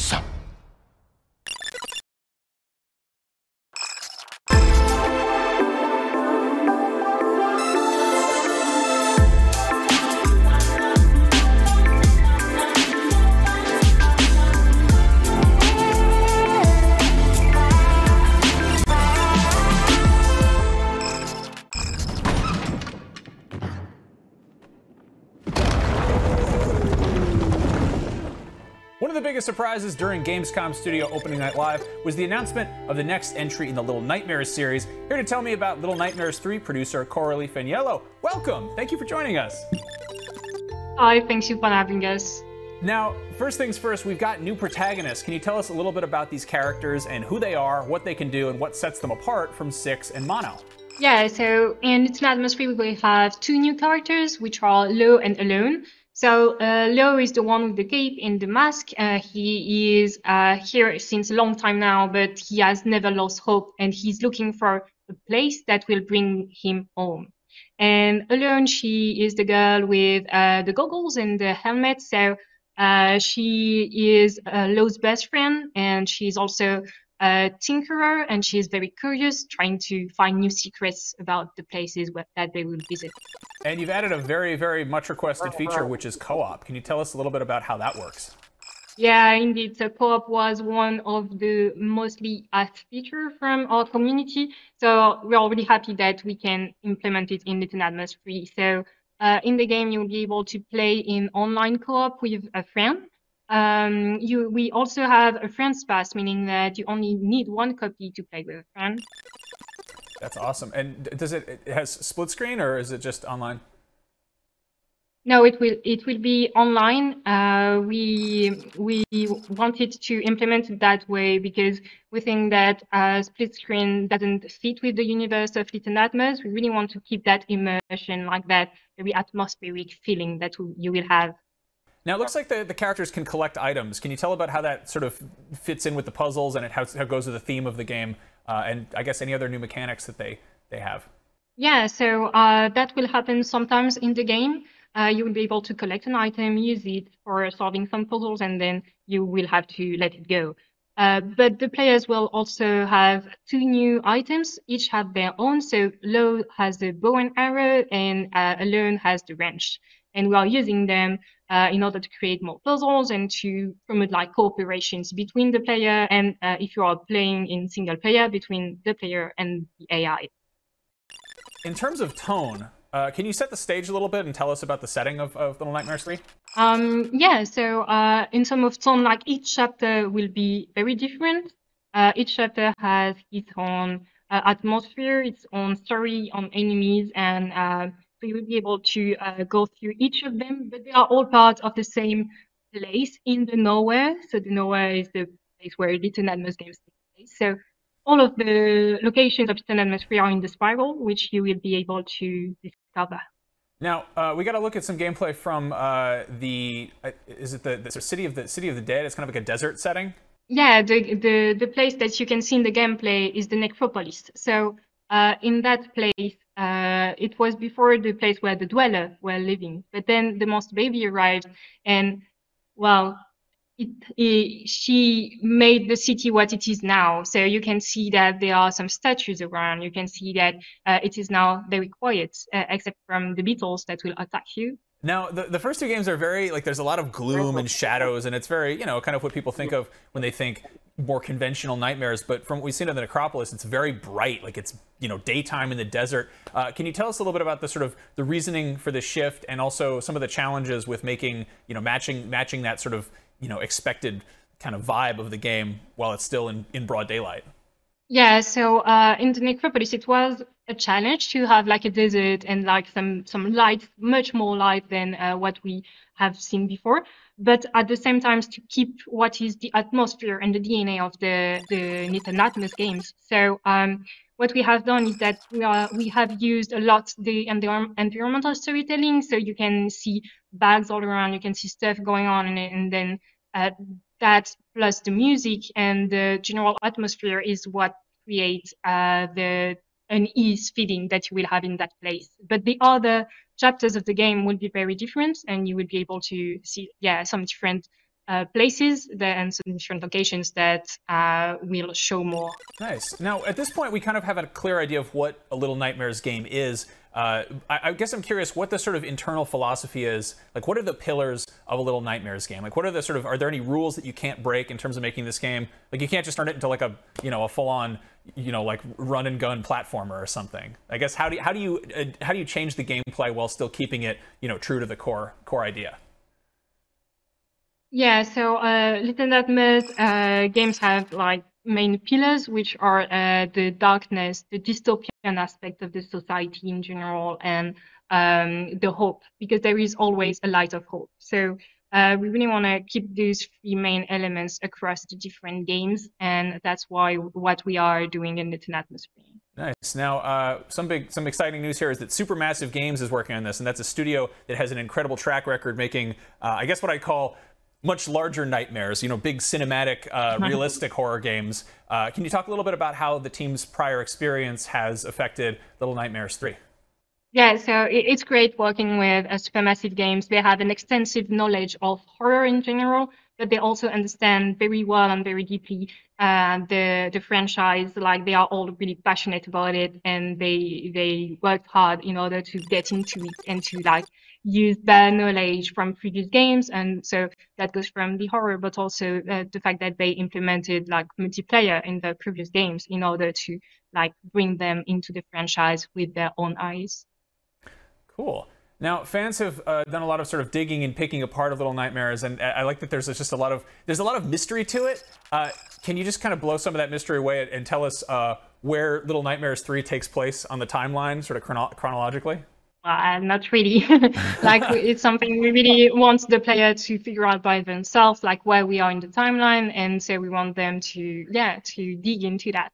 Now, there have been, you know, in addition to the 2, soon to be 3 console games and the mobile game, there have been some comics, and now there's going to be a new sort of transmedia experience, which is going to add to the universe. It's just audio only, is that right? Yeah, it is a podcast. Yeah. Tell me how that works, because I feel like this is an extremely nonverbal series. Like, it's all about environmental storytelling and visuals. I guess how do you match that tone, and what does the podcast sound like? Yeah, sure. So the podcast will take place in the counties. So Little Nightmares lore is quite extensive, in fact. So you have just seen the surface of it. So the podcast is in the counties, which is the real world, but the nowhere is the place that the video games are showing right now. The nowhere is like the nightmares. So in the podcast, you're in the counties and you listen to Noon, which is a little girl who has night terrors. So she goes to a psychiatric hospital and she talks to Otto, a counselor, and she tells her nightmares, basically. And so Otto will try to dig into that and to understand what is going on and what is the nowhere and the secrets of it. Wow, it sounds really creepy to listen to a child talk about nightmares on a podcast, but I'm sure fans will be super into that. Carly, thank you so much for joining us. Before we go, can you tell us when players can get their hands on Little Nightmares 3? Yeah, so the game will release in 2024. It will be on PlayStation 5, Xbox Series, PlayStation 4, Xbox One, Nintendo Switch, and PC. Wonderful. And what about the podcast? When is that premiering? So the 2 first episodes are available right now in the Gamescom. Awesome. Thank you so much for joining us. I'm looking forward to Little Nightmares 3. Yeah, thank you.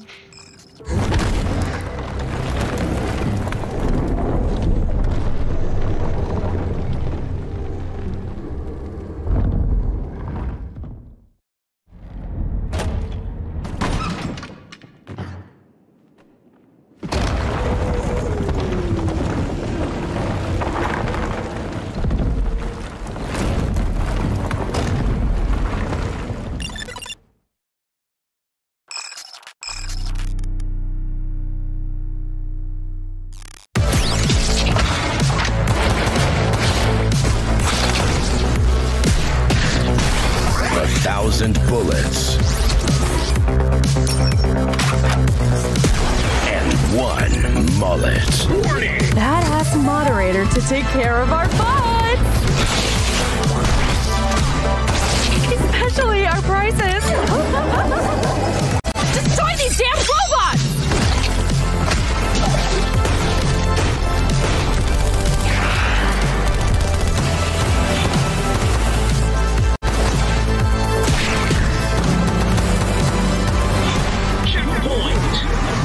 Old school anime action.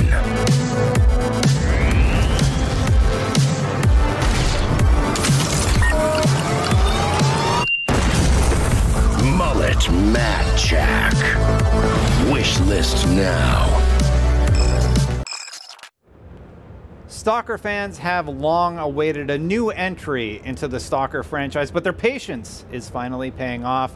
Here to tell us about Stalker 2 Heart of Chernobyl is Yevgeny from GSC Game World. Thank you so much for joining us today. Thank you. Yes. I put a call out on Twitter asking what people want to know about Stalker 2, and right now the team is obviously dealing with the war in Ukraine. It's had a huge impact on development, not just for the game, but on the people working on it. So everybody wanted to know, how is the team, and then how are they feeling now that the game is out here for the public to play? Well, it's a good question. So the team feels very different.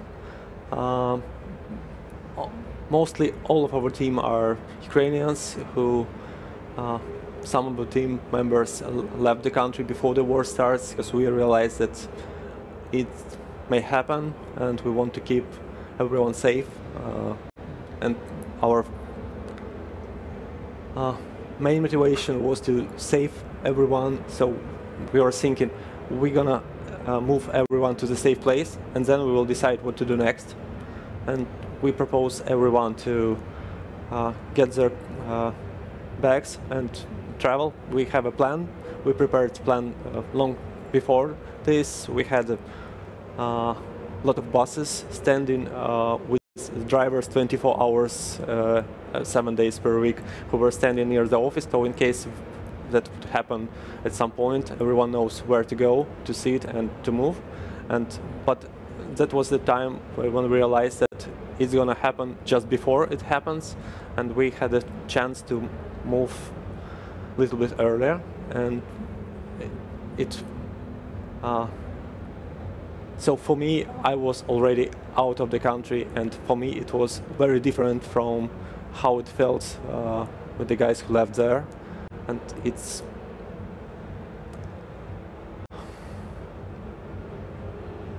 frightening. It's very frightening. But at some point, when you are in this, when you're at war, so you're in country, the bomb can come and blow everything. At some point, you become used to it, and it become normal. So it's strange to say, but for many of us, the normal is when bombs fly. It's okay. Someone died. It's not okay, and it's totally different.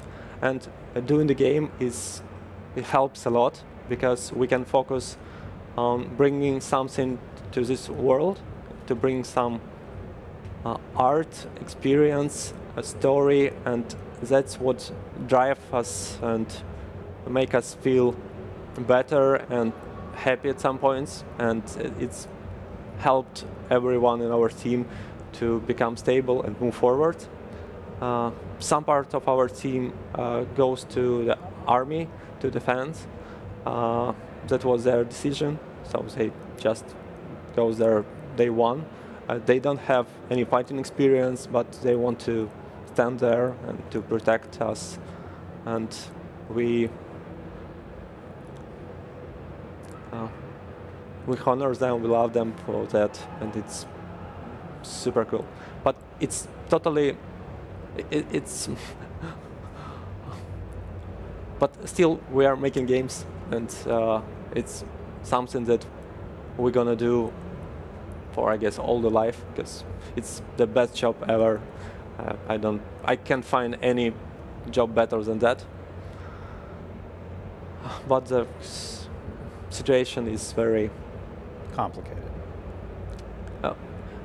It's very simple from point of view that there is a bad guys, there is a good guys, and there is no way to feel it in some different way. And so for us it's very simple, but it's very frightening and not okay about that. It feels like okay already.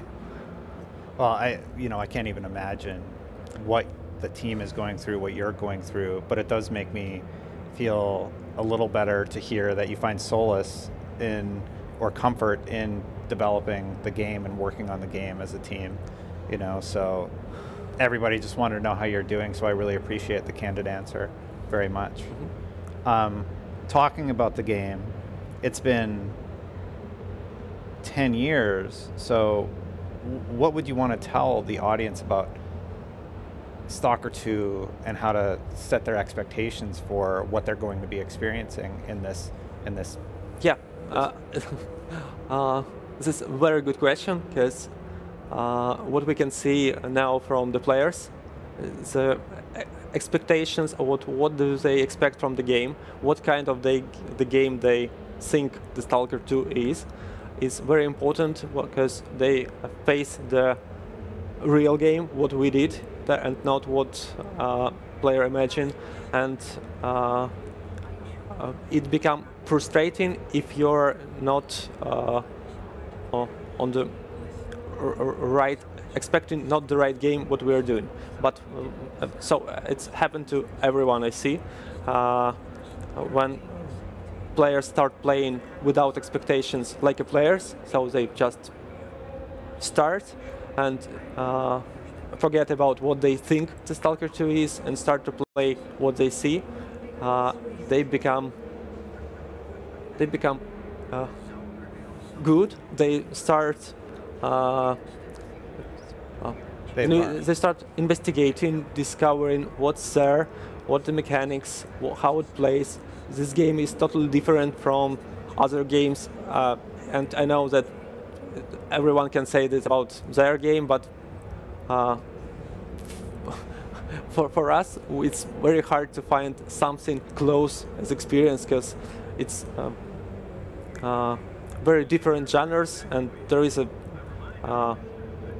big open world games with huge maps and different settings, but there is no so big games in Chernobyl, a realistic modern setting with a lot of science fiction, a very deep and non-linear story. So it's very heavy on plot and non-linearly. Can we dive into that a little bit? Yeah. I am curious. Did you end up gameplay mechanic-wise leaning more into a military sim style gameplay? We don't plan to do it military style. So we don't think that Stalker is about military. It's about a regular human whose life somehow leads that this person want to go to the zone and find something there from himself. And it's very different from everyone who goes to the zone. I mean, the stalkers who are there and the players who play as a stalker. And we wanted to give the experience and feeling how you could feel in real life, because the Chernobyl zone and Stalker map is very close to what you can find actually in real place. So did you go to the real place actually? Yeah, we've been there a lot, and it's very important to do this game. And this one of the most beautiful places in the world. I don't think there is somewhere else a place like this where it is a town that's become abandoned in like one day, when all one who lived there, they just have to be evacuated without taking any clothes, anything, and it looks totally frozen moment. And it's super, it's not frightening, it's amazing, and it's impossible to make it somewhere else, because it would cost just a lot of money just to evacuate whole the city. And the nature takes its part there, so the trees start to grow through the asphalt. There are trees growing on top of the buildings, like you see the five level building, so it's high and there is a tree, and it looks so futuristic and fantastic and amazing. And getting this experience helps a lot to do this game, to understand what we want to show. We want to give a portion of this experience too, and because of this real place, and it's just like 120 kilometers from the Kyiv, so it's very close. And we want to both give this experience and give a heavy story, and also bring very realistic, not realistic, but the game should looks like it's realistic. So there are a lot of details to the weapons, to the attached upgrades, and it's, yeah. Can I dive into that for a second? I'm curious, one of the locations you've shown in a lot of the trailers is the array. For example, the radar array. Mm-hmm. I think it's called the Dungar array. I don't know the specifically. You mean the trailer, right? Just in Stalker 2 footage that we've seen. Yeah. So it's an Duga. It's an actual construction. What was built by military? It was secret. Why it's there, but the most realistic explanation is that it's a big radar that can find if someone will launch the nuclear missile, ballistic missile on other part of the planet. The signals will go and bounce through the atmosphere, and this big radar could get this information and inform about this. What is it in your universe, though? Because it's all electrified, and it seems like there's anomalies there. I'm curious to learn more. It's just a location. It's not a key part. Like, it's not a character of the game. It's just a. It's more like a decoration, big decoration. There is a story around it, but it's not taken as something very key. There is, I don't want to make spoilers, but yeah, that's one of the key. Yeah, Yevgeny, I would love to have more time with you, but we are out of time for this interview. Thank you so much for joining us today. I'm very happy that you're here. Thank you. Thank you for your questions. Also, yeah, thank you. And thank you for watching. For more on all things Stalker 2 Heart of Chernobyl, keep it right here at IGN. And for more on all things Gamescom, also keep it right here on IGN.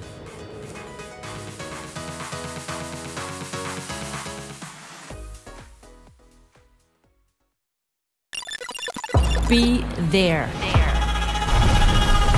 Be strong. Be fierce. Be better. Be different. Be winning. Be epic. Be you at Gamescom 23.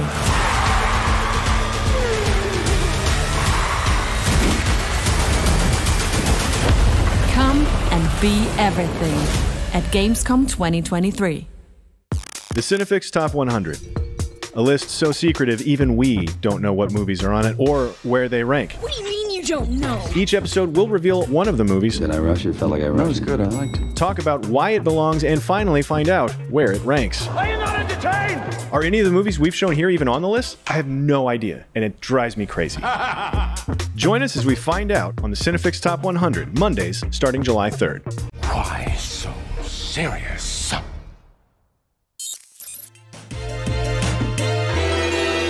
6 years ago, while talking about Sonic on Game Scoop, Brian, you had this to say. Real point where we need to admit that this was never really a great franchise. Nope. Wow. It was never really a good franchise, huh, Brian? Well, I'm sorry. We're well over, believe it or not, 100 Sonic games, 2 movies, a long-running comic book series, and 6 shows. When you besmirch Sonic, you besmirch everyone associated with Sonic, okay, Brian? Brian, I want to present you with this. I will hold that L. I was wrong. I have since come around on that character. I have watched the movies with my kid and enjoyed them immensely. Sonic Frontiers is fun. I liked Sonic Colors. I liked Sonic Generations. I liked Sonic Mania. Something we can all agree on is that Sonic has been good. It's Crash Bandicoot that's never been good. Oh, okay. Here we go. If you enjoyed that, check out full episodes of Beyond, IGN's PlayStation shows. We talk, argue, and goof on everything PlayStation. New episodes drop every Tuesday on IGN.com and IGN Games on YouTube.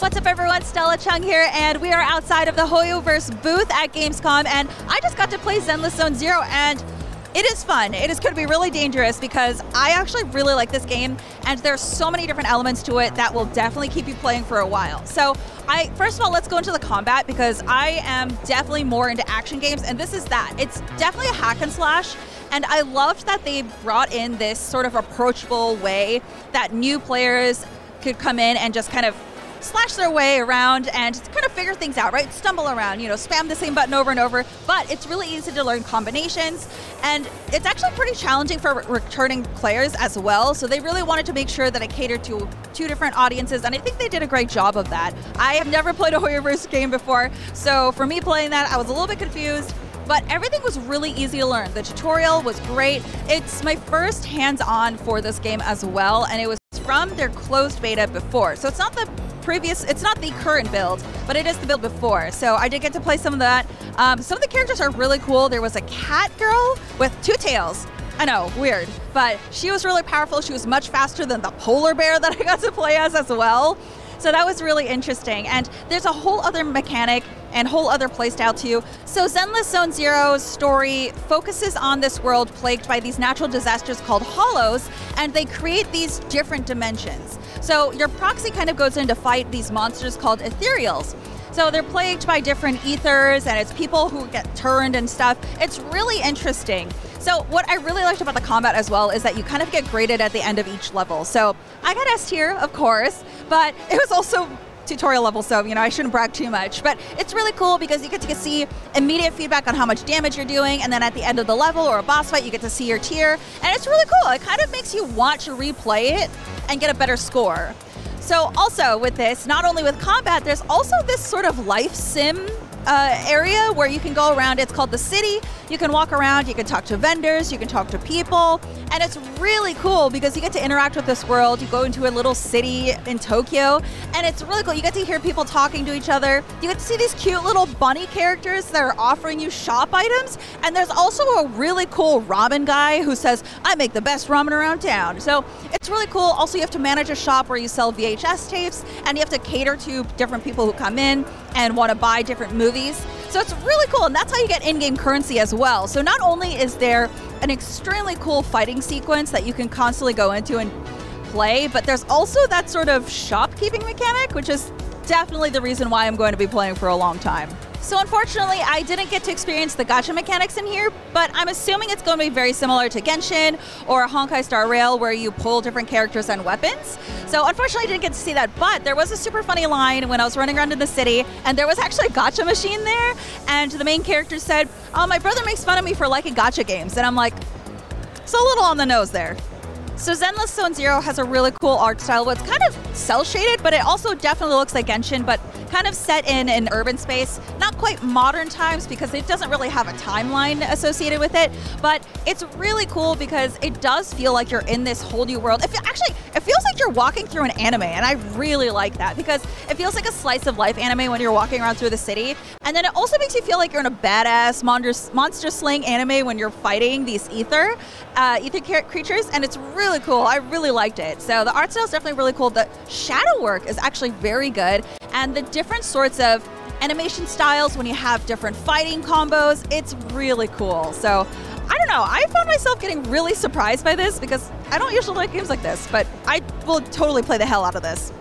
I mentioned previously that I played as a cat girl with two tails, and she's definitely super fast. I loved her build. She was really easy to evade monster attacks with, but I did also make a whole team of animal characters, I guess. So I had the cat girl. I also had a bear that definitely did the heaviest attacks, right? Like he's kind of like a tank. So his attacks were much slower. He was slower to evade. So it's really cool to be able to interact with these two different characters that had very opposite features. Then I actually played as a wolf as well. There's a wolf character, and he was kind of in between. He was a medium melee character, which is really cool. And then for the main characters, you have a sniper, you have someone who's very good at using his two handguns, and then you have another person who's really good at melee. So it was really cool to have someone sort of back up and be able to do damage from afar, and then finish up by switching characters to the girl who's very good at like slashing up close. And I really liked that for boss fights. I think that was very helpful because sometimes I could not get some of those dodge timings down right, so just being able to be a little bit further away and shooting was the way to go. Unfortunately, I don't have a release date for you for Zenless Zone Zero, but you can play it if you're here at Gamescom, so you can come to the HoYoverse booth and fight me for a place in line because I'm gonna go play it again. But in the meantime, be sure to keep it right here at IGN for all of your news and updates on everything HoYoverse.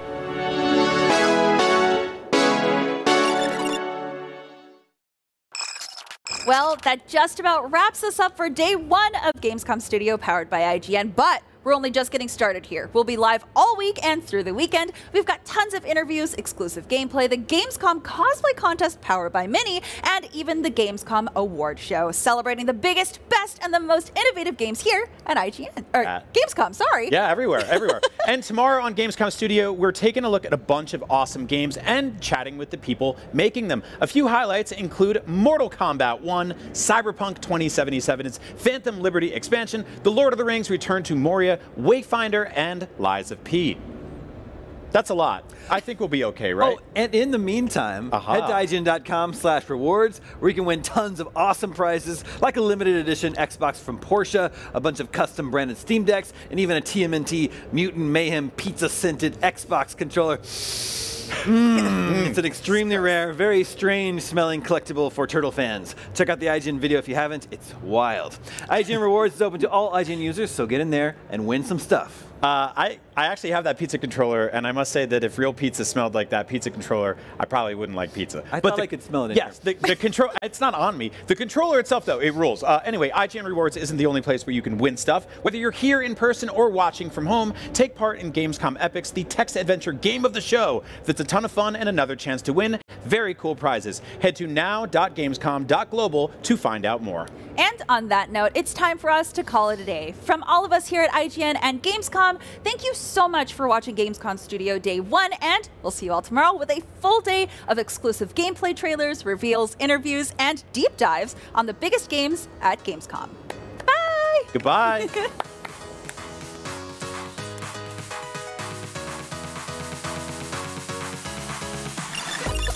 The Cinefix Top 100. A list so secretive even we don't know what movies are on it or where they rank. What do you mean you don't know? Each episode will reveal one of the movies. Did I rush it? Felt like I rushed. That was good. I liked it. Talk about why it belongs and finally find out where it ranks. Are you not entertained?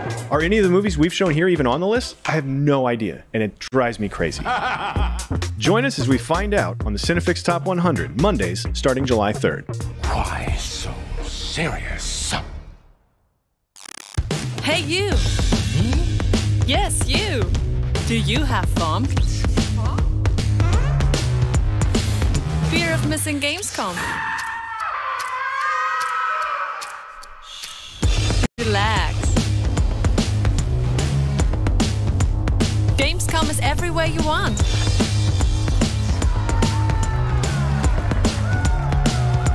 Gamescom now.